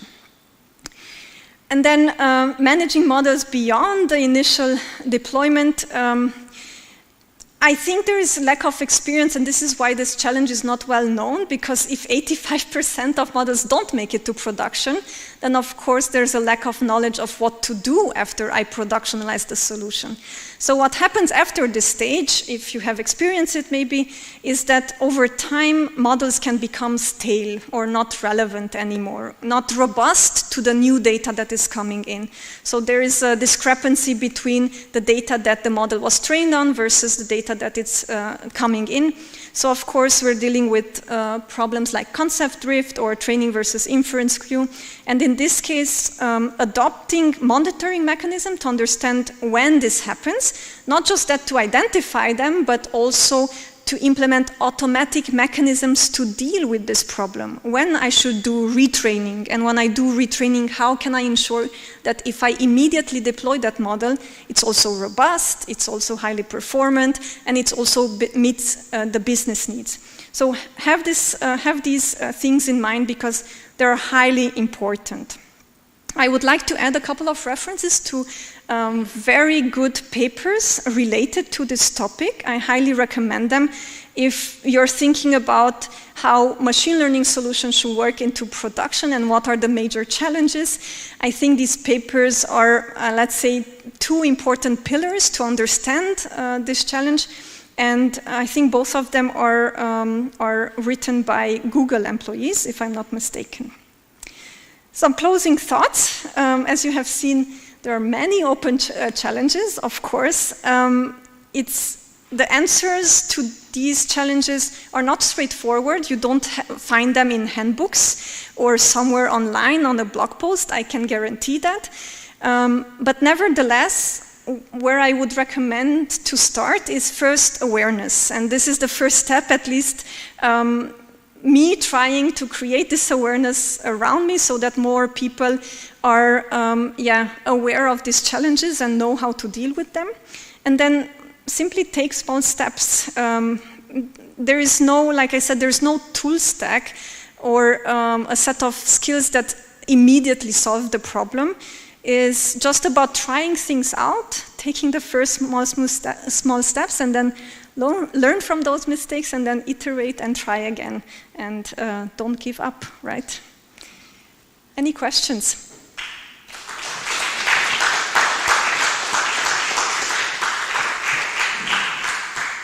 Yes, so any questions to Hilda from the audience?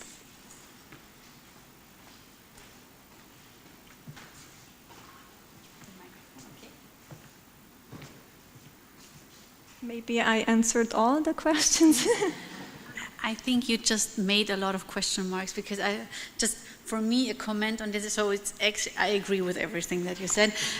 We, from Kai, then in the panel discussion, we will come to it. I'm pretty sure that we experienced all of this. And this is also, somehow it summarizes very well our conclusions about what we are facing daily. And this one thing, how to channelize this excitement about AI and that everybody wants to apply it, and then how to say, okay, let's bring it down to earth and let's productionize it. I think this is really one of the main challenges. And yeah, if there are no questions, we can just go over to the panel discussion, because I think it was a very nice introduction to a lot of questions and challenges that we have. So yeah, you can stay here directly. So every panelist gets his own microphone. I invite the other two panelists, so Anita and Anya, on stage. Yeah, how do we do this now? The panel discussion, yeah, I will switch to the panel discussion. Yeah, the topic is how to deploy data science methods in industry, pitfalls and challenges. So exactly the topic Hilda was talking about. I do not have to introduce all our panelists, so Anita and Hilda you know already. The third panelist is Anja Zernik from KAI. She is my colleague. We work together at KAI. She's a data scientist. She has experience in coordination of national and European funding projects in the area of data science. Yeah, KAI, as you may know or not know, is a research center owned by Infinion Technologies just next door, so we're in the next building. And Anja has a PhD in technical mathematics from the University of Klagenfurt and focuses her research on development of methods and algorithms for semiconductor industry. Of course, KAI is a 100% owned company from Infinion Technologies, therefore we focus on semiconductor industry. And with her research, she tries to increase the value chain, the data value chain, and to increase the process stability in semiconductor industry. To that, you may notice that one panelist is missing. Eva Engeling unfortunately cannot join. She apologizes, but I think we have a very nice setup for the panel discussion now. And as I said before, I would like to have it interactively, so we will start with some initial statements from all of you to this topic, and then whenever you want to pose a question, just raise your hand. Christoph will come to you, as I said before. Also you as panelists, you can ask the other panelists. However, we just start a discussion. We have approximately 45 minutes for that. Okay. Yes. Just one, before I ask you for your first statements, I just want to introduce why I chose this topic, because we heard it already from Hilda, but for me it's really, if you're at data science conferences and they are really academic driven, you always hear this share 80 to 20% of your work. I don't know how many heard this already, like 80% is data cleaning, like preparing your data, and then you have 20% fun applying the algorithms. That's true, but actually there's one part missing, and it's all the deployment, because nobody talks about this, how to maintain your model, how to deploy it and everything, and actually this is at least 30% of your work. So the share cannot be 80-20, it must be something like 50-20-30, something like this, but about the 30% deployment nobody talks about normally in the academic world, as you said before. And therefore I selected this topic. Yeah, it's important to really gain something, to have a return of invest. And I think there are so many challenges, and as you highlighted already in your talk, it's not only technical one, there are ethical questions you have to solve, there are business questions and so on, and let's see how many of them we will address now in this panel. So, to start with, I don't know who of you would like to start with the initial statement about your personal experience. What have you faced already? What kind of challenges you know? And what are for you the main challenges in this field? I think maybe not Hilda, because she stated her point of view already, but maybe I could start to comment something what Hilda already said. So I also totally agree on every statement you made, because you really spoke from my heart and my soul. I experienced all these challenges on my own. And maybe to make, I can just emphasize some parts you already tackled in your talk. It's globally spoken the readiness of the industry for AI methods itself. So it's really kind of dependent how digitalized and automated the industry itself already is to be ready to implement all these AI methods, I would say.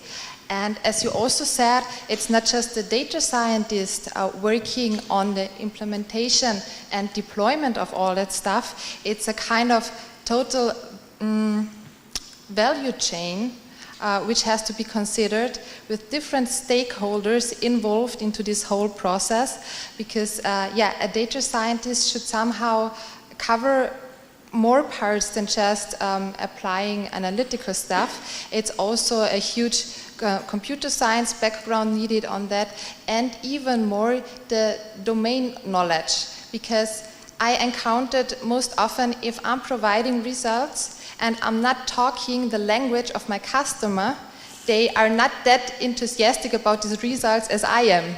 So therefore, another thing maybe I also want to emphasize, you already said it, maybe focus on the customer. And to come back to your nice example on being behind the stage and on the stage, I think on the stage, the big difference is that there is also some audience.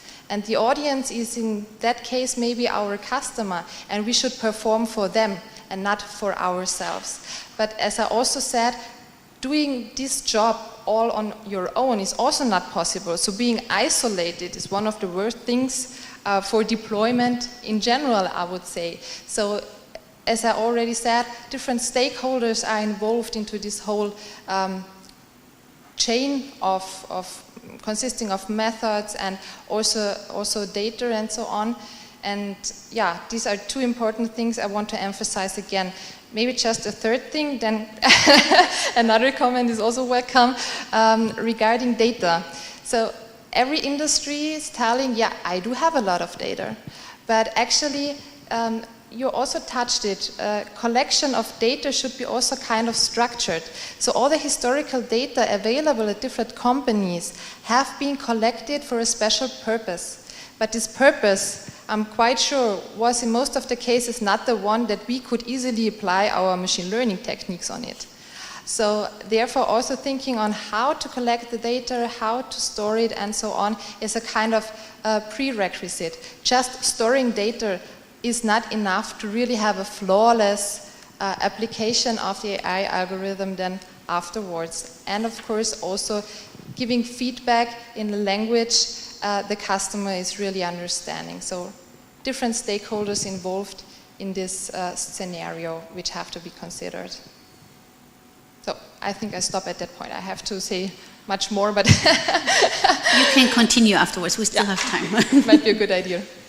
Okay. Anita. Well, I think as working as a data scientist, we all make similar experiences. And what I do mainly, as you have already seen from my talk, I do a lot of statistics and data modeling for medical purposes. So what I normally get is data from clinics, and I work with the data, and I try to model, for example, disease pathways or treatment options. And when I go back with my results, I always get, oh wow, that's so great, let's do this, and you never hear from the person again, for example. Or they try to publish it, but when they try to publish it, it needs to be as simple as possible. So talking about Lego pieces, sometimes this fits very well. So that's also a main point when you work in isolation, and this is something that we all know and are confronted with. Because you do your part that you're familiar with, is data analysis, data modeling, and then you go back with the results to the stakeholder or to the medical doctor, and then all the complicated process that has been behind getting the result needs then to be visualized in very, very easily understandable graphs. And I think this is also something that we should focus on. It's of course important to know all the programming language and to know what kind of algorithms and Bayesian models we can apply and Markov chains and I don't know what. But in the end, what we get needs to be depicted in a very, very simple and easily accessible way. And this is also something where I think we should also focus our own education on, is to get more emphasis also on the visualization and on the selling of our product, so that we're no longer the girl or the woman in the dark office with the computer in front, but say, okay, now this is what you wanted from me, and this is what you got. And this is as simple as the question was in the beginning, because we never get difficult questions. Normally we get easy questions.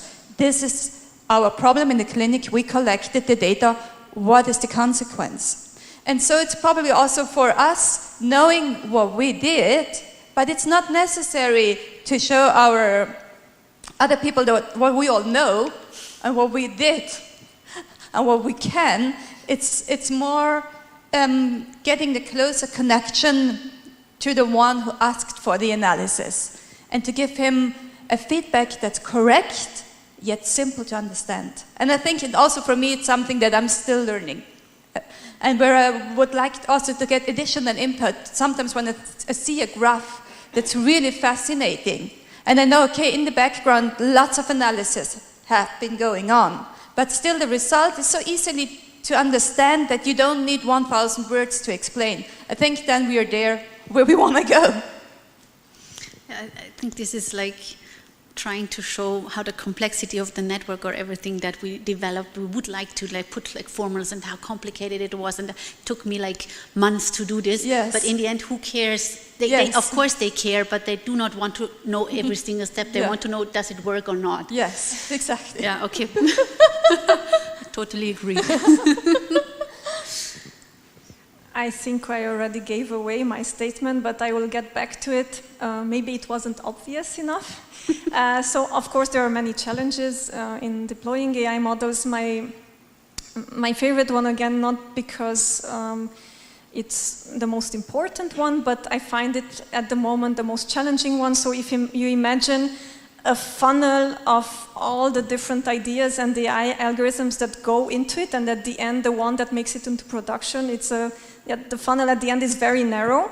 So the challenge I'm talking about addresses this funnel at already the early stages, because if we try early on to avoid failure, then of course we have more chances towards the end of the funnel to succeed. And the beginning of the funnel is actually identifying the right problem and the right solution to solve that problem. And it also trickles down at the end to also being able, at the end, after you have the solution, to translate it back into the answer.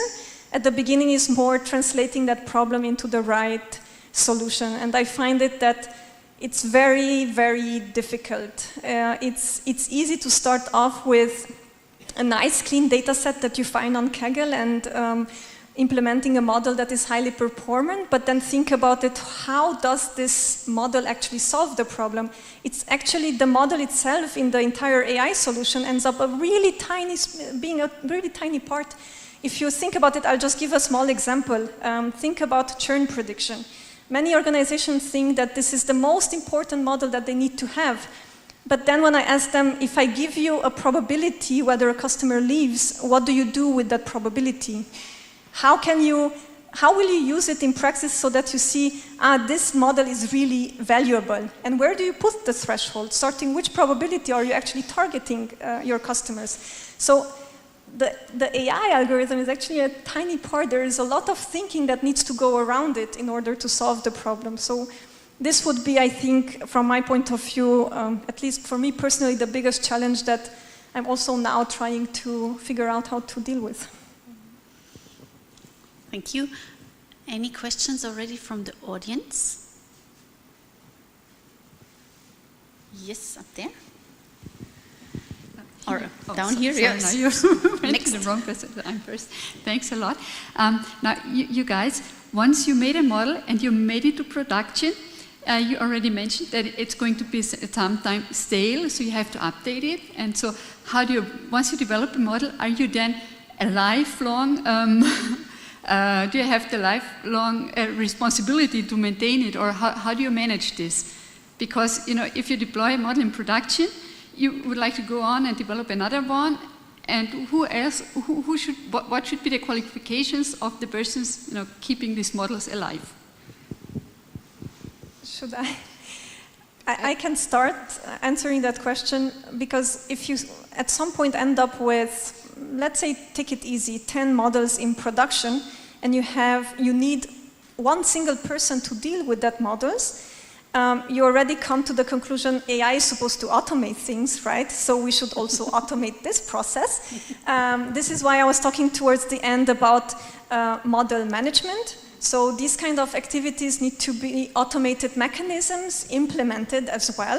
It doesn't have to be AI, it can be some simple, rule-based systems are also AI at the end of the day, but you should be able, or you should aim towards automating, because you don't want your data scientist being occupied in checking daily whether the model is still performing accordingly. And obviously you need your data scientists for that, because other domain experts or other employees in the company might not understand the models. So it's not really scalable. So basically investing into these also software capabilities to automate these aspects would be my answer. Yeah, actually I could not give a better one because Corinna is a colleague of mine, so therefore I was also interested into your answer to that. I think it's already a start to at least deploy. So like I said, 85% don't make it to production. If I see a model in production that is bringing value, so first it brings value, because if it doesn't bring value, you turn it off. Why would you run a computer endlessly performing and giving you scores that nobody's using? So you turn it off. So it's very rare to see that at the end you need model management in production. So not many people start thinking about that. But those who do make it, even with the first model, you immediately see this need. You don't have to collect 10 models. You immediately see that need because you want your data scientists to work on the next project. And the next project, you don't want them sitting around monitoring models. And actually, it comes also into the direction that you have to, as a data scientist, you have to look a bit into other disciplines like data engineering or the infrastructure to understand that, to really know that afterwards, after developing the model, you're not done. You still have to hand over and someone has to take care about it. So building a diverse team of data science and data engineers, at least people knowing the infrastructure is something key in this field. And I think also we as data scientists, it's my personal opinion of course, but often we focus so much on algorithms that we really forget about the infrastructure behind how the data comes to us. And without this knowledge, so we do not have to be experts in data engineering, but we should at least have the basic knowledge to understand how complex also this field is. It's the whole field. So it really, there are people professional only in data engineering, only under brackets, and this is really complex jobs to do, and you need someone with this skill set. Else you will never come to this automation thing. Thanks. There was a second question up there.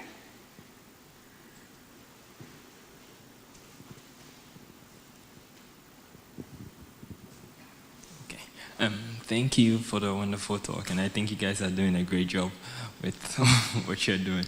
And I'm glad you spoke about model management, because that was actually what my question is based on. Because I want to know how much does it actually cost to have such an infrastructure and to have it in production? Because it's easy to go on maybe Google Cloud Platform and then put on maybe an instance and train a model with a GPU or something. But with data in the industry or with data at scale, how much does it actually cost? Should I start again? I don't know. And I don't know not because not trying things out or not having experiences, because it highly depends on the volume of the data and what kind of models you have in production that require such monitoring and the number of models. But I'm guessing when you're asking about costs, you're asking about not employees and resources, but you're asking about cloud consumption, right?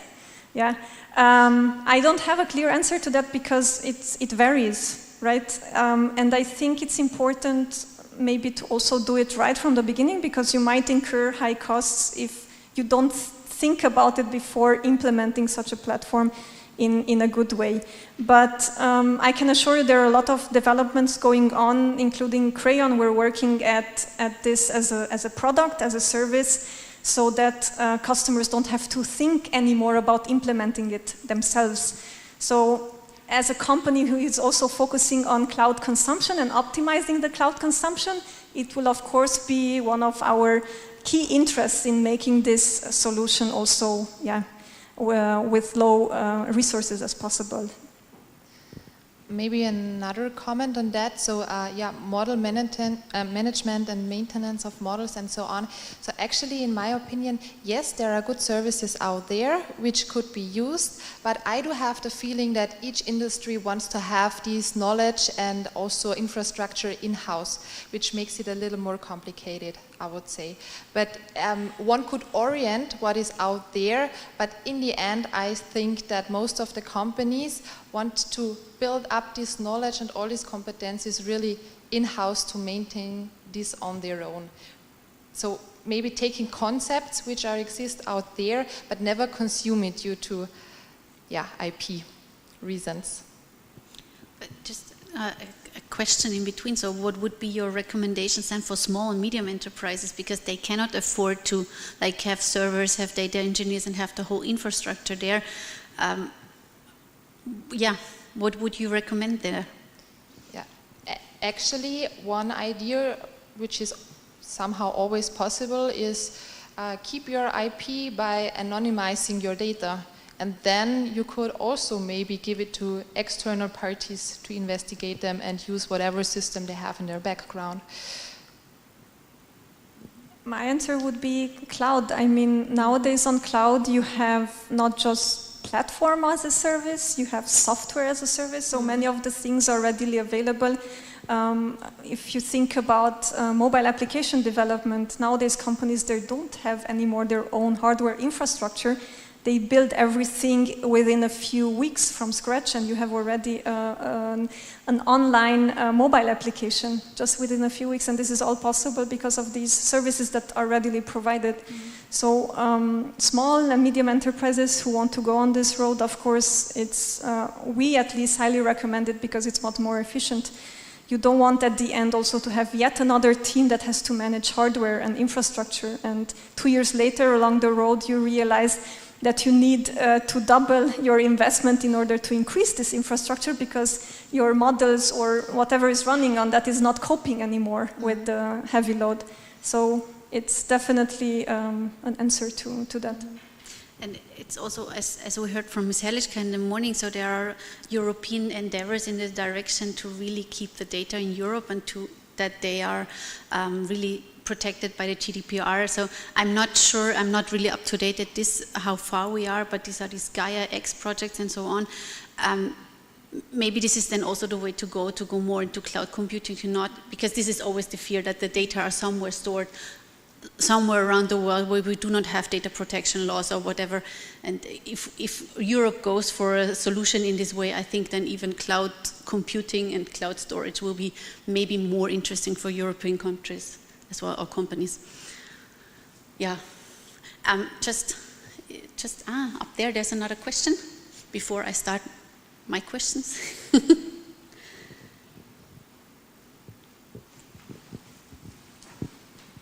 Do we have international standards for AI or data science? Good question. Well, especially for data science, the international standard, it's difficult to ask, especially me, as I'm not working in industry. I'm coming from basic research at university, and there are, of course, some international standards that need to be followed because our currency is publishing. And so for publishing, of course, there are international standards that need to be fulfilled. So everything that we try to publish is being reviewed internationally. And depending on the journal, for example, if you publish in Nature or Nature Genetics, there are up to 10 external reviewers that will also ask for your data. And the accessibility of data is an important aspect. So if you, more and more, what is getting more and more common is open access publishing. So you publish your data and you publish your result, but you open your books, so you give everyone access to your data so that all your results can be replicated or can be used, your data, for meta-analysis in other studies. And I think that's also an important question in times of COVID-19, when we're talking about the development of vaccines, and there's now an ongoing discussion on the vaccine that was developed in Russia, because obviously they published the results from their studies in more or less the highest ranking medical journal you can have. It's The Lancet.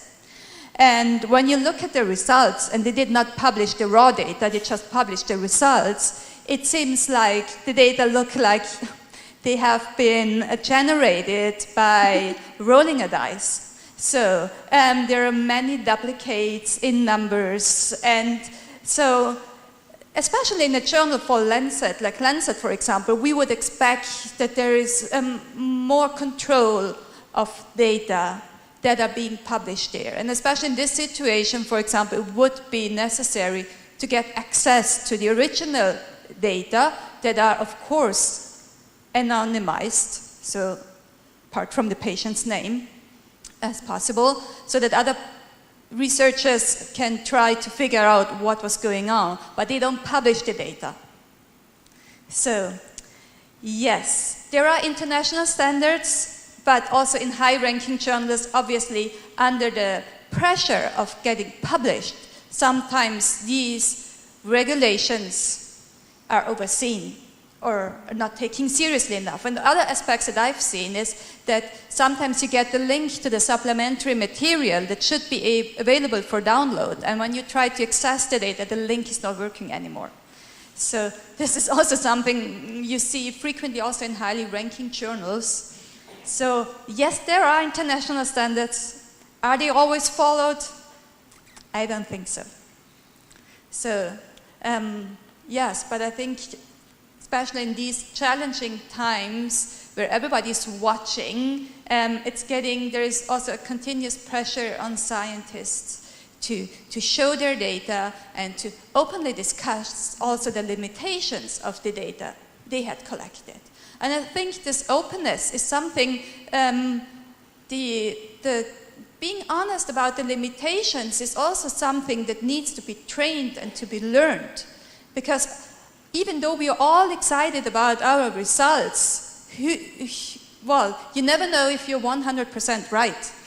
So I have an example from my own research history. So as Olivia told, I was working on human evolution for most of my research life. And we developed models for human evolution and found out, and this has been replicated many times also by other research groups, that all modern humans developed or come from a woman living in Africa, living there 170,000 years ago. And we also had DNA from Neanderthals, mitochondrial DNA, and we also had DNA, for example, from frozen Fritz, which in Austria is known Ötzi. We found out now everything fits fine into a model. We had different kinds of models, graph theory, Markov chain Monte Carlo simulations, and all models that we applied showed us that the Neanderthals were a sister lineage to Homo sapiens, to modern humans. So they're not preceders, they're just a sister lineage. And many times I got a very strange question. I was asked, are the Basques, so people living in Catalonia, are they descendants from the Neanderthals? I don't know where this has been coming from, but I always said no. The Neanderthals have died out, and all our models show us unequivocally the Neanderthals have died out. We have no signs. Okay. So, turns out our DNA analysis is getting better. And when we now incorporate the new information, we see, oh, okay, we have still some genes from the Neanderthals in our own genes. So there was really a change in the paradigm that the Neanderthals have not really died out. So we still have some genes. And then it was, okay, now we're there. We have the Neanderthals in our genes, and there were always some questions, but in Asia, because people look so different, are they really descendants from the African lineage? And we would always answer, yes, of course, there is no other. It's one lineage out of Africa, and that's it. Well, then they found a little piece of bone in in a cave in central Russia, the Denisova cave, turns out it's another human lineage. And when we put it in our models, we see that we also carry genes, also we here in Europe, from this central Russian lineage of humans that have left Africa long before the Neanderthals and long before Homo sapiens sapiens. So, from my experiences, we have data now and we look at data now, but we always have to be cautious about the conclusions that we draw, because we never know the limitations. And so the clearer we state the limitations that we have from our data, and as Olivia said, 80% of the work is data clearance. Normally, could be more sometimes. We also don't know what we are missing out, because we just don't know. So I think this is an important aspect, especially now. We are collecting data worldwide, but we're still not there yet to answer all the questions that are coming up at the moment. May I comment a little bit on that? Mm-hmm. Yeah, a really interesting question in general, if data itself could answer everything, maybe. But you also said that the accompanying information is also important to make interpretations in a right direction. Mm-hmm. And yeah, I think comparable to humans' opinions, also results out of data can just be as good as the current knowledge is. So really predicting the future is only possible to some degree. So also data can just say what is inside them and nothing more. Mm-hmm. Maybe we could make the results a bit more interpretable and more interesting if we get accompanying or meta information on that data, but at the same time we are running in the direction of also bringing bias into it. So again, it's a kind of, okay, how to have a balanced situation also in that direction. But it's a good story. I will remember that. And it really shows one of these pitfalls, the human touch of everything. So it's not some natural relationships or natural laws that we discover with data normally. So, but from time to time, yes, we do, but really seldomly. And you always have to bear in mind who did the analysis in the end and what kind of bias he or she brings to it. And also because if I start a data analysis and someone told me already something, I think we have this kind of problem and this is something we would like to now manifest with data, then you have already a bias because you want to know what kind of correlation, you know already what kind of correlation you want to see. And then as a human, as we all are, is that we really expect and then we look at that and we somehow, totally neglect everything on the side. So this is really one of the pitfalls. I think the human aspect in the technical sense is something important to think about. Here in front.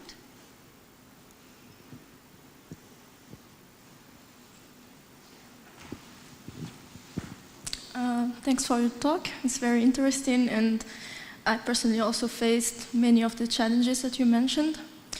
So actually I have two questions. The first one is about the technical challenge of the lack of engineering mindset.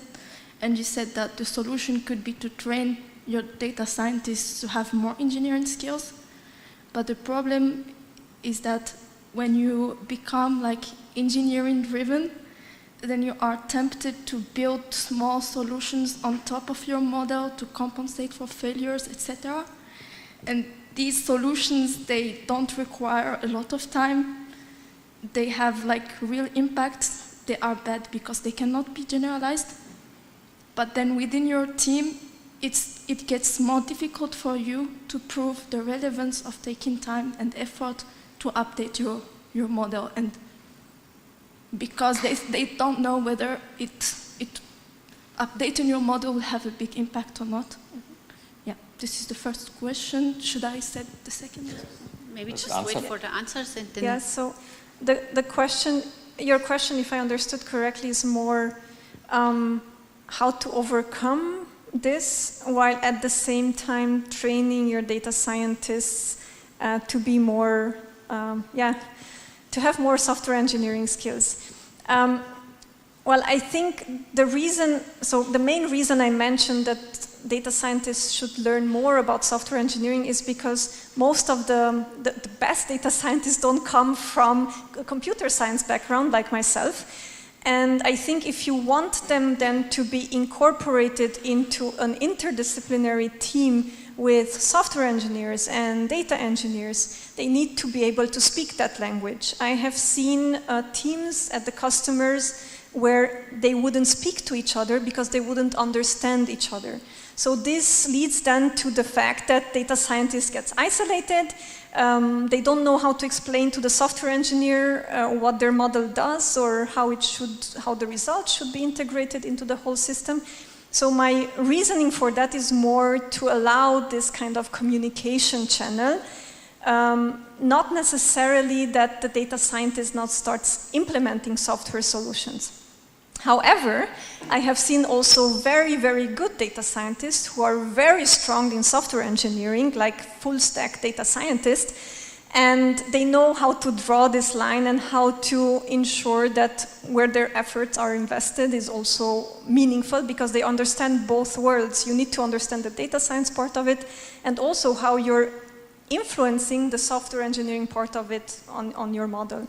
So my recommendation would be is maybe if you feel like you're going too much into the direction in influencing this part and you're getting distracted, then leave that part to the software engineers and data engineers and just allow this knowledge to help you communicate with them.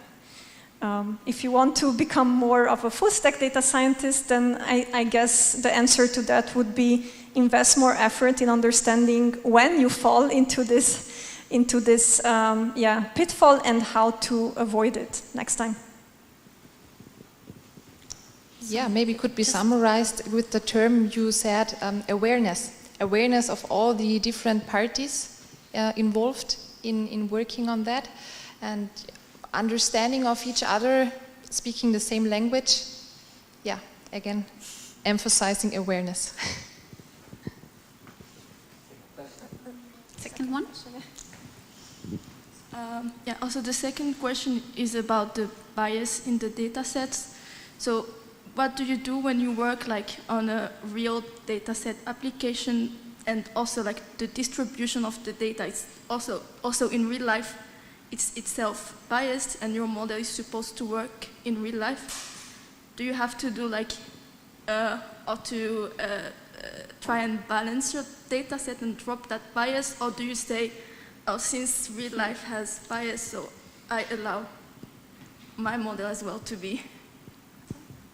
Does anyone else want to answer? I can. Yeah. I think there is good bias and bad bias. And there are different biases. I think someone did a count at some point, at least 20 different biases, right?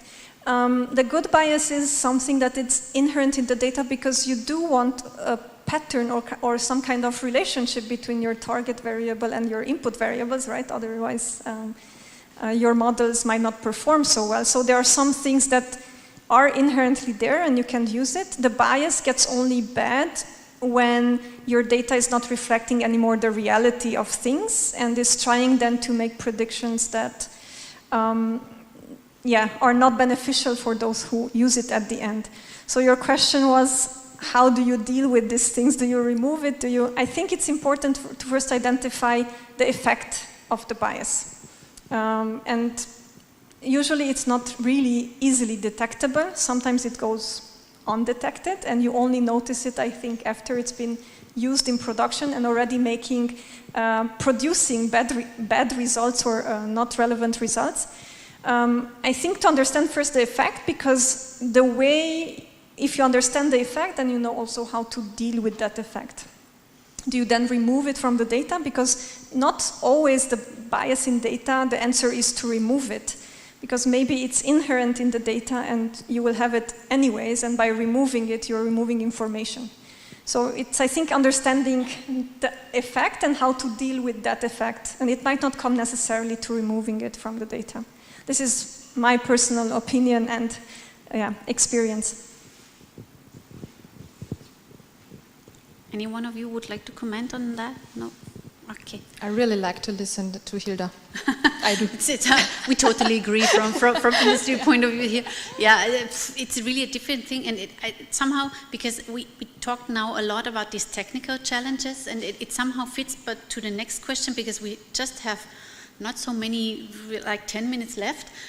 Time passes quickly. I would like to pose one question which goes into the direction really bias, and what are the challenges? We talked really a lot about technical challenges, but to me I think there are also some ethical challenges, mindset challenges. We touched it already, but really this, I know the most common example is the self-driving car, and I don't want to stress this example, but there are so many ethical questions. So how does the algorithm decide who developed the algorithm, how diverse is, for example, if I base it on some images or some people, how diverse is my development team? So what is your opinion to that? So just leaving apart now the technical challenges, we would love to discuss about that, but what would be some ethical challenges we have to solve here?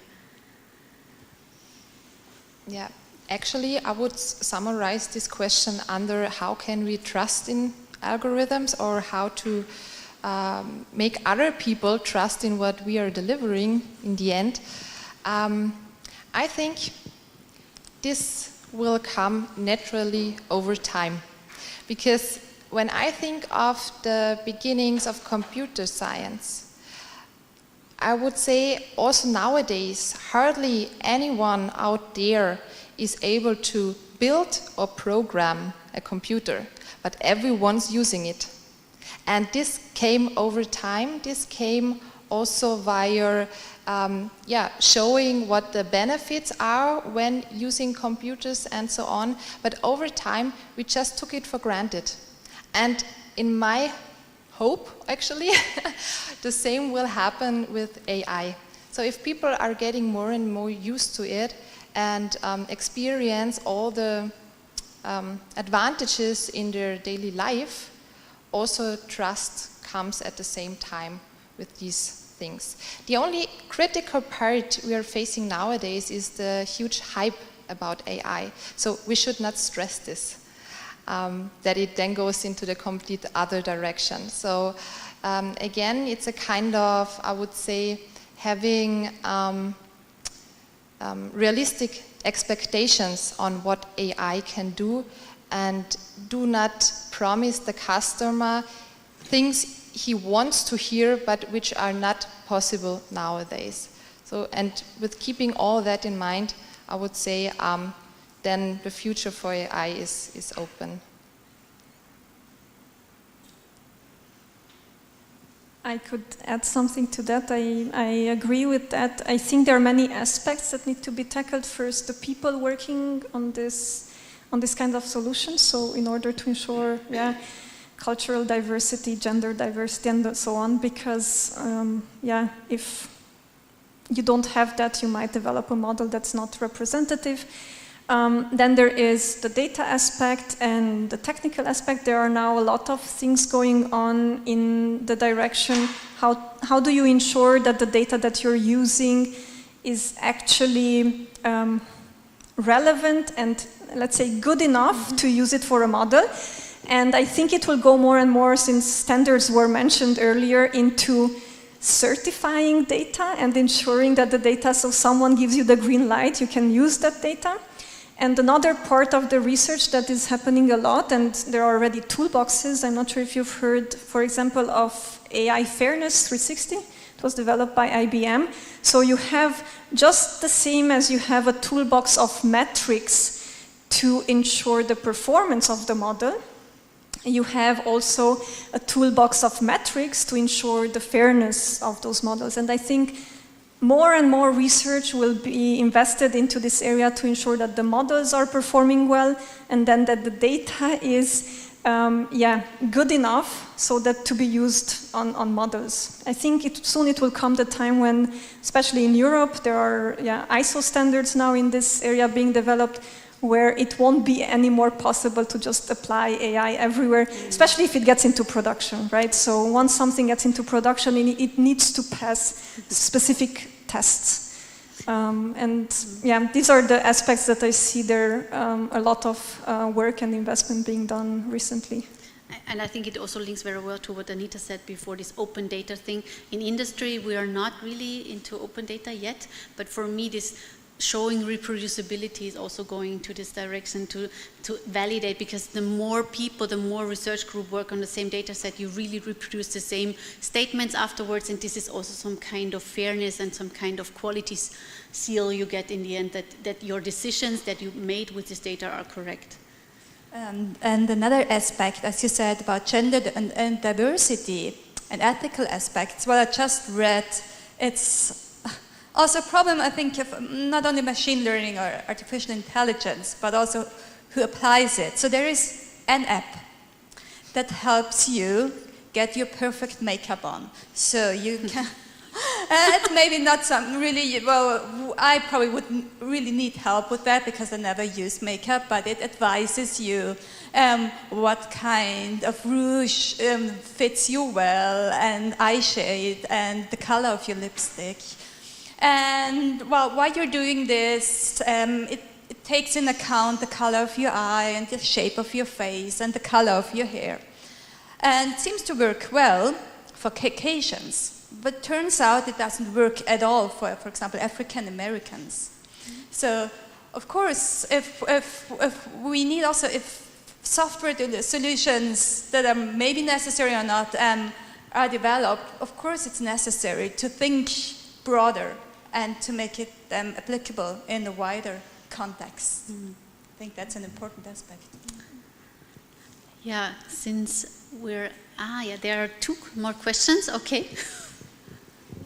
We do these 2 and then we shift everything to after the conference. I have also a question regarding these ethical problems. Do you think that sometimes we as data scientists are kind of also responsible to talk to governmental institutions to educate the young kids really from the beginning, not just in the way that, okay, you should kind of learn to understand the data and the algorithms from young age also, but also learn them and train them what are the effects of agreeing in giving data and allowing the usage of data kind of everywhere. I think this is something which we do not really talk a lot about, and that maybe, I don't know if we are kind of responsible and should feel responsible to talk more to teachers or persons who are dealing with these kids, or I don't know. I don't think this is a question, I think this is an answer. Because there's a yes and no, and the no is just simply not conceivable in this setting. I do believe in that, and what I was saying before, I wish someone would have taught me about these things and not just about the theoretical science of mathematics and statistics before I went into the industry and applied them, because I think it's so easy to make mistakes if you don't have this awareness about the impact that AI has on humans. And sometimes just coming from the science aspect and just applying it, you might be too focused on the algorithms themselves and not think about the implications. And if you don't start thinking about it when already working on it, who will think about it right afterwards? So I think it has to happen as early as possible at the beginning of this chain. And as a data scientist, I do believe that everyone should feel responsible about what they're working on. Yeah, since we are out of time, but I have also something to say to that, because I think it also goes in the direction of using social media, somehow also related to that, isn't it? Okay, I see. So you will shift it to the break, or your answer, or I would say so, because okay. Otherwise maybe we are running out of time. Then we put the final question for today's panel. I guess a final wrap-up question. Thanks a lot for all your talks. I think it's very inspirational, and I guess that some of those who are sitting here are also watching on the live stream now getting really motivated, jumping into this data science field. And you talked about that the field is not really defined yet, and also the industry is facing problems. And I think also the education for it is still its beginning. So we heard about some data science, maybe studies, and there are boot camps and whatever, but there is not this one way and then you're a data scientist and then you jump into industry. Do you have any proposal or tip or whatever that for those who are now really motivated to step in your kind of footsteps and to say, we need these people with this education or maybe personality, whatever, they want to join and also want to jump into this data lake? Maybe I see there are two different questions actually in your statement, and I would comment on the first one regarding how to make people getting used to all that stuff.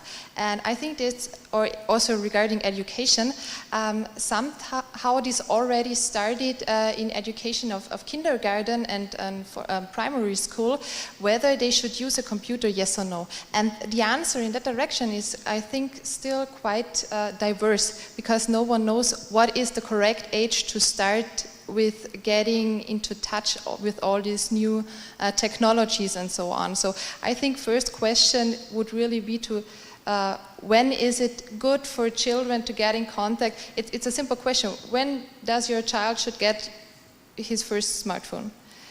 Because this is a kind of starting point, getting used to any kind of new technology, and then as a second step also regarding any AI-related topic. But I think this was just a first part of your statement. And second one was, okay, what should be the advice to the outer world on how to become a data scientist, maybe? Yeah, it's passion, I would say. And yeah, with that, I also want to close statements on my side, but I want to welcome you also talking to me then afterwards, if we have time, so that also my colleagues have the chance to make some final words on that.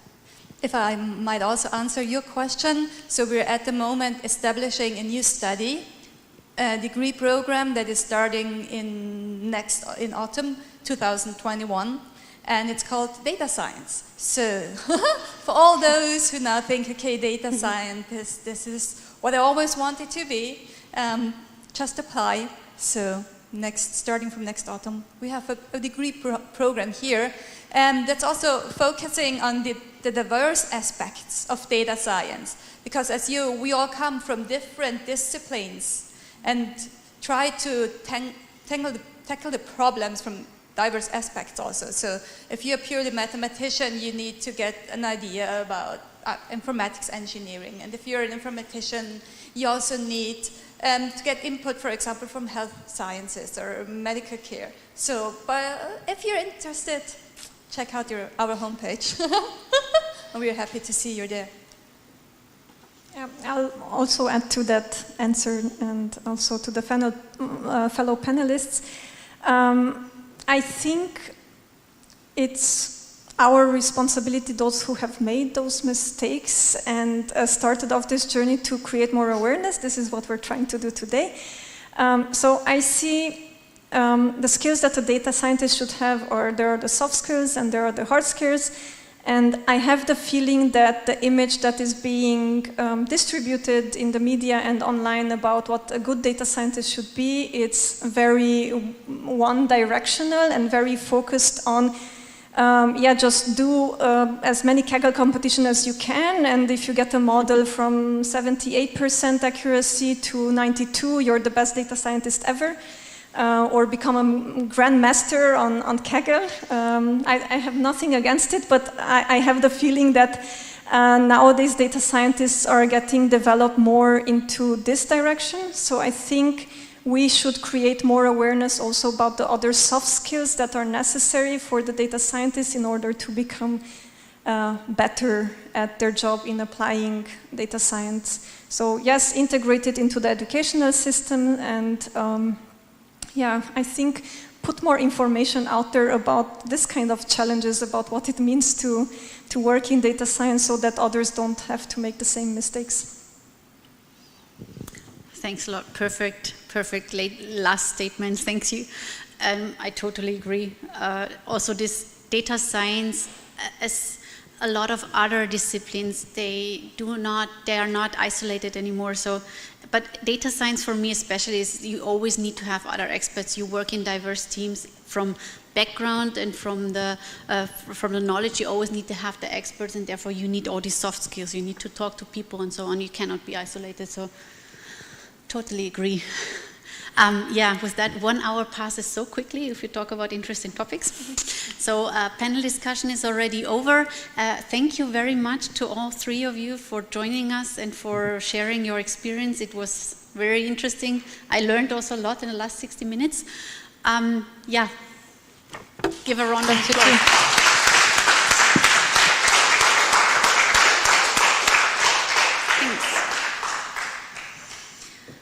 Yes, and with that, this was the last agenda item for today. We're done. Thank you very much again for attending. Online, offline, it was really a pleasure. I had a lot of fun organizing it together also with Anita. Anita, thank you very much for helping me out. And also with that, I would like to ask all helping hands on stage just to give you a round of applause again. So Anja, please come on stage. Anita, come on stage. Christoph, come on stage. Besiana, please also. And I don't know if Ewald, if you can. No, you cannot. Okay, so Ewald will stay back, our technician. These are all the helping hands I introduced at the beginning who helped us organize everything. Claudia, oh Claudia, sorry, I forgot you. No, Claudia, please. No, Claudia, please on stage. If I forgot, no, I don't. Everybody here, all the other, yeah. Yeah, an applause for them as well.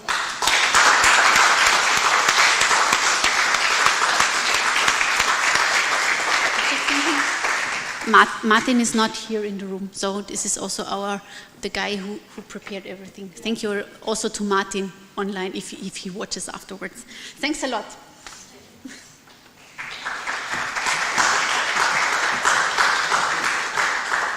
Yes, and a very final remark.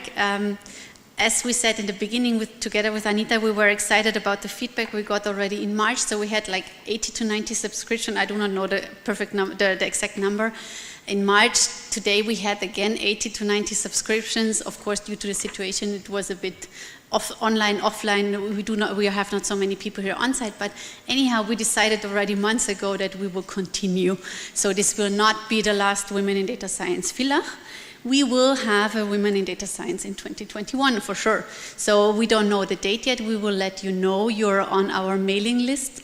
And we are happy for any, so if you say now, wow, cool, I want to participate, of course you're invited. If you say, I have good ideas about talks, about topics, panel discussion. Because currently we are 2, 1 in baby break, so please join the organization team. If you have feedback, something to improve, maybe some ideas how to do it next time, feel free to do it. We are happy for your feedback. You have our contact, just write us an email. We do not have any social media channel or something like this where you can post it, but just write us an email and we introduce this into our next conference. And with that, I'm just here to say goodbye. Have a safe trip home. Thank you for joining. And hopefully see you next year, safe and healthy.